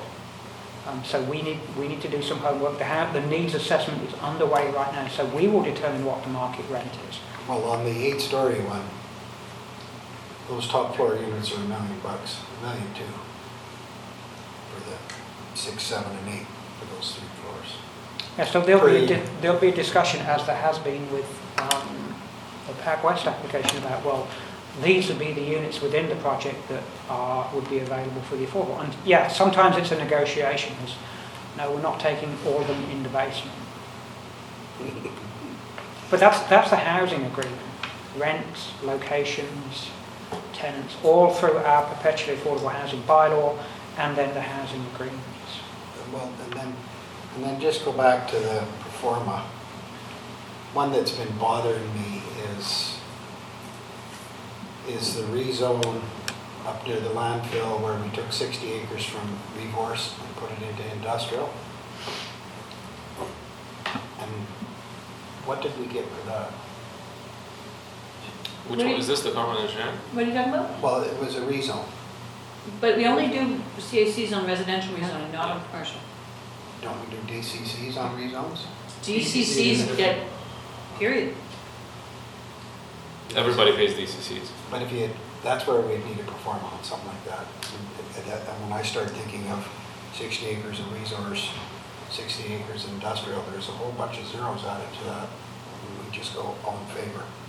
Anyway, I'm off This subject. policy is never, This is only residential. Yeah, I know, I'm sorry, I'm off subject. We want to create jobs, so zoning to a job zone is something we actually want to encourage, and the land lift isn't massive. So if we can get some resource land and bring it in for a rezone, you're good with that?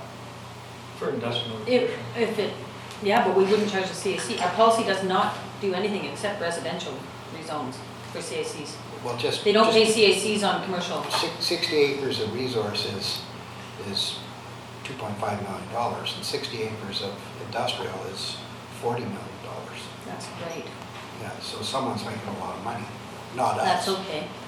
Not us. Jobs. In taxes. So they subdivide and sell it. I have Karen and Jason.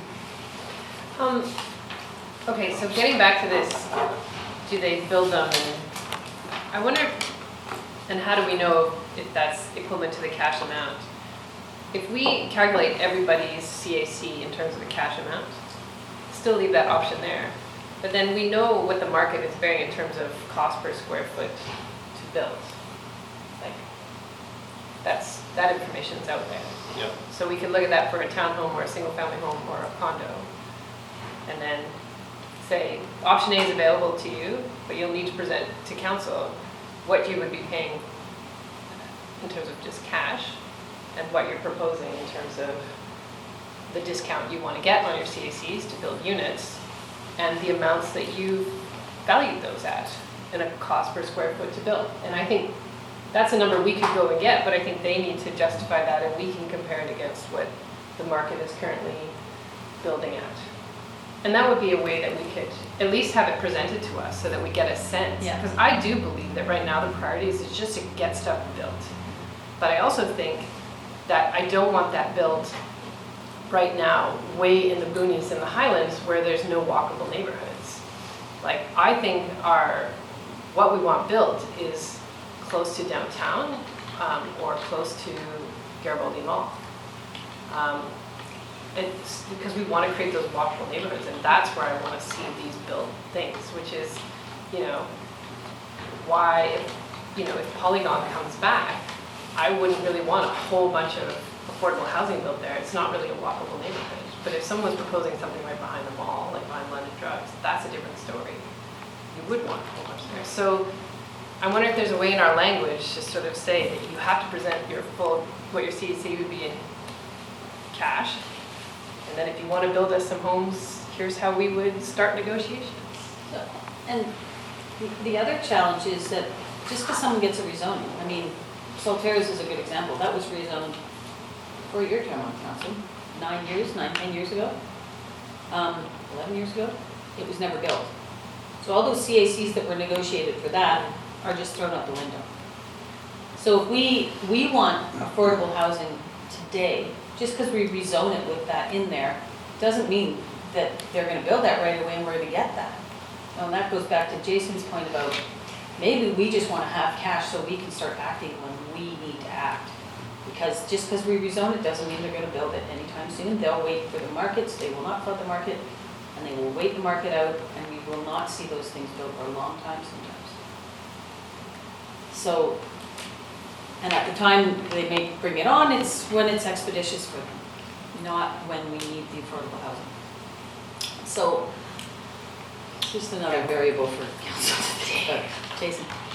And just to Councillor Breyer's point, I guess the question would be, I think the example is, okay, so Great Wolf Lodge, that's just a commercial rezoning, so how would we get employee housing if there's no CAC?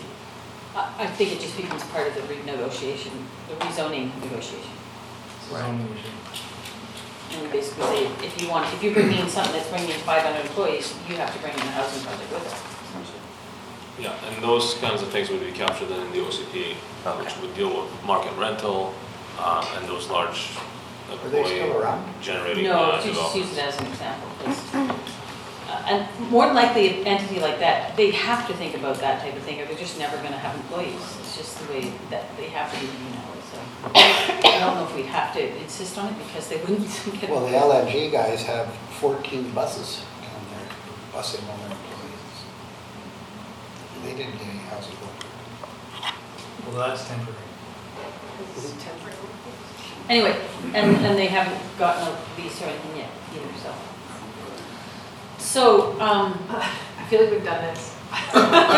so just on that, if we, and I'm almost trending back towards, we just want cash. Because there are no guarantees with, unless, maybe we put a sunset clause in there. If built within 2 years, this, if not, cash based on, and you know, that's the other thing, is they negotiate something today, they sit on land for 10 years, it's worth twice the amount, and then they build at a time when, so I don't know how we create any sort of inflationary costs in there and or a sunset clause. It's like, if you build, hold on, see it, Peter.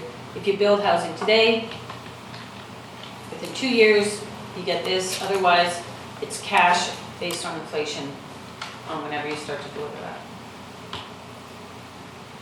If I may, I think our best chance of getting affordable housing is still to bet on the developers building it, rather than the district accumulating enough funds to do that and land. But maybe that is a good idea to have maybe a sunset clause on your CAC contribution that could be written into the land development agreement. And if you haven't built it by a certain point, then it's either you have to renegotiate it or that it goes up somehow. It reverts to the cash amount based on inflation, and it continues to escalate with inflation. I think, I'm sorry, unfortunately, if they're not going to build the project, they're probably not getting the cash either. So, At some point, someone will monetize that land. At Peter, Well, just to your point, I mean, the David property up there, it's now defunct. We got the cash up front on that. well, it's not fund, it's just they're trying to sell. Well, yeah. And it hasn't been rezoned at this point. Yeah. What's that? It hasn't been rezoned. It hasn't been rezoned. So they've gone into the process and then just abandoned it. No, it hasn't been adopted. The rezoning It hasn't was been never adopted. But there was affordable attached to some of that. Not that That one. was rental. It was rented.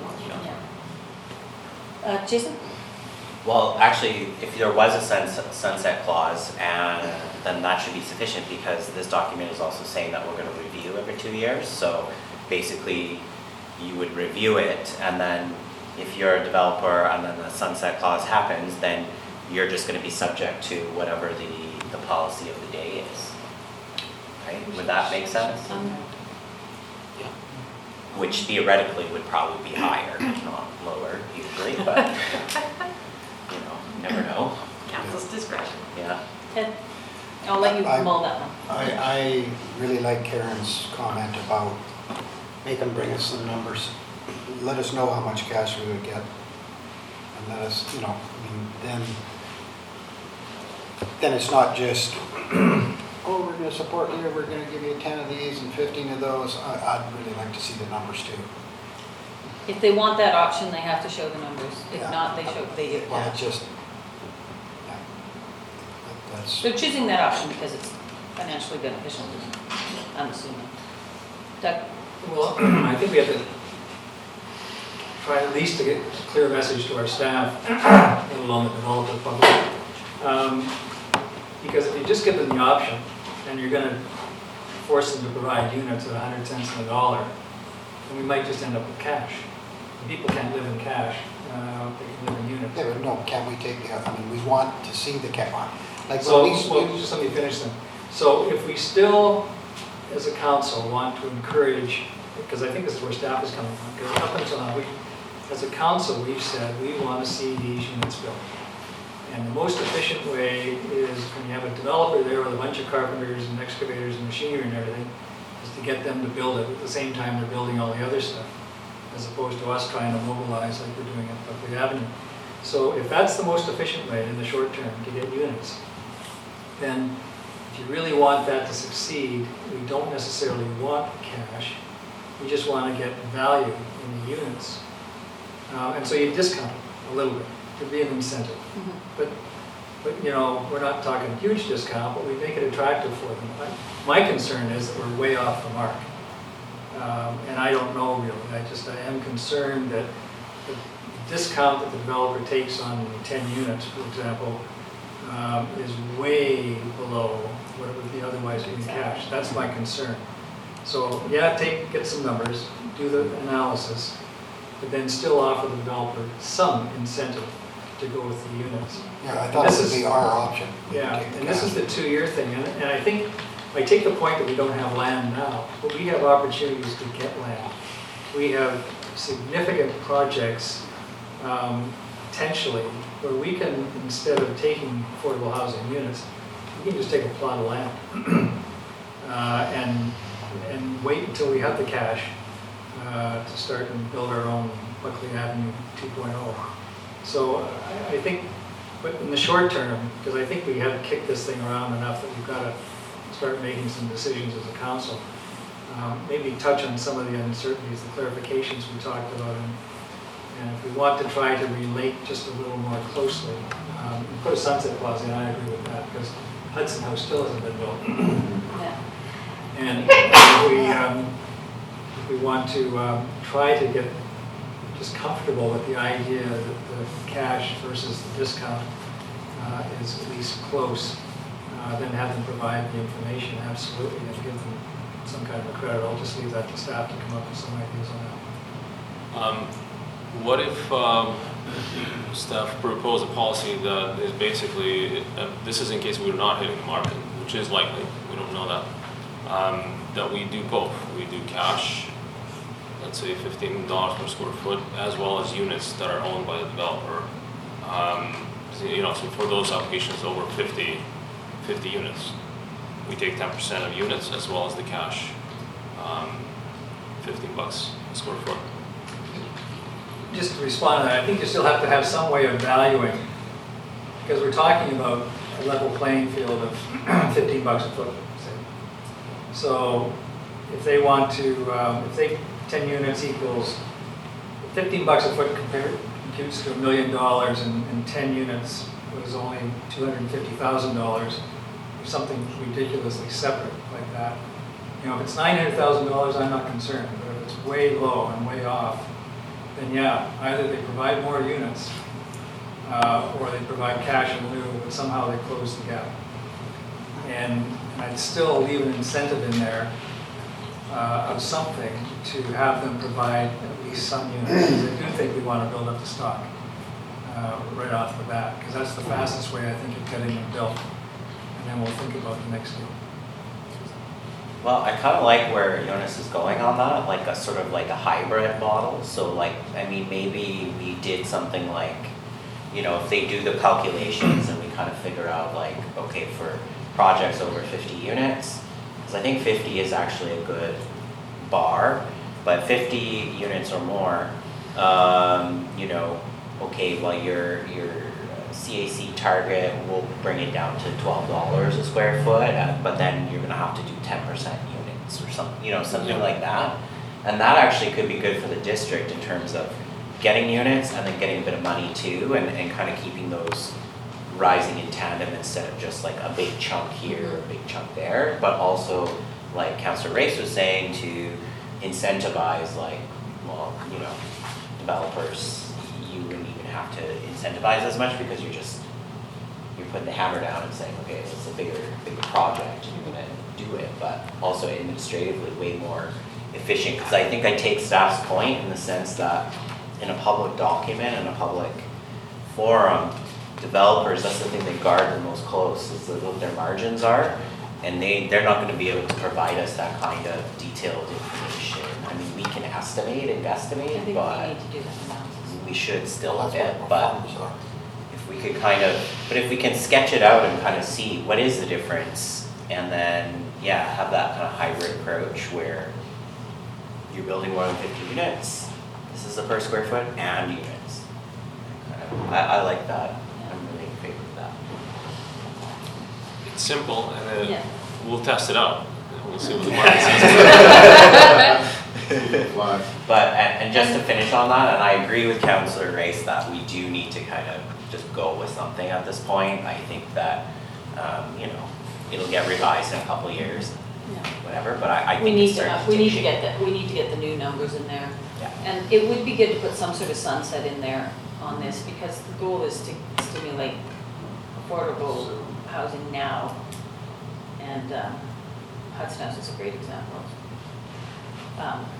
The Solterra one, there was rental units, there was community space, none of it was delivered.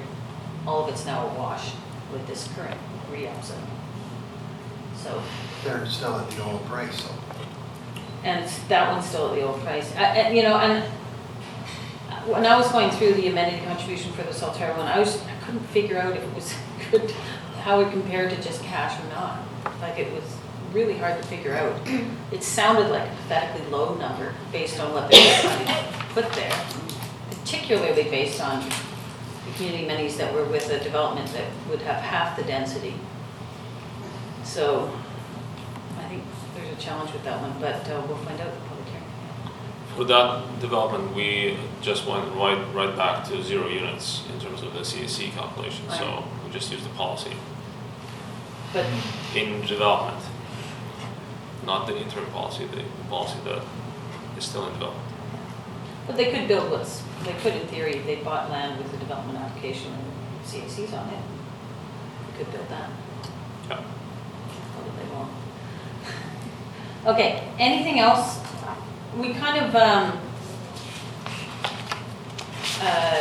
gave you a bit of a different direction there, but do you think you guys can pull something together and bring it to council for ratification in the next little while?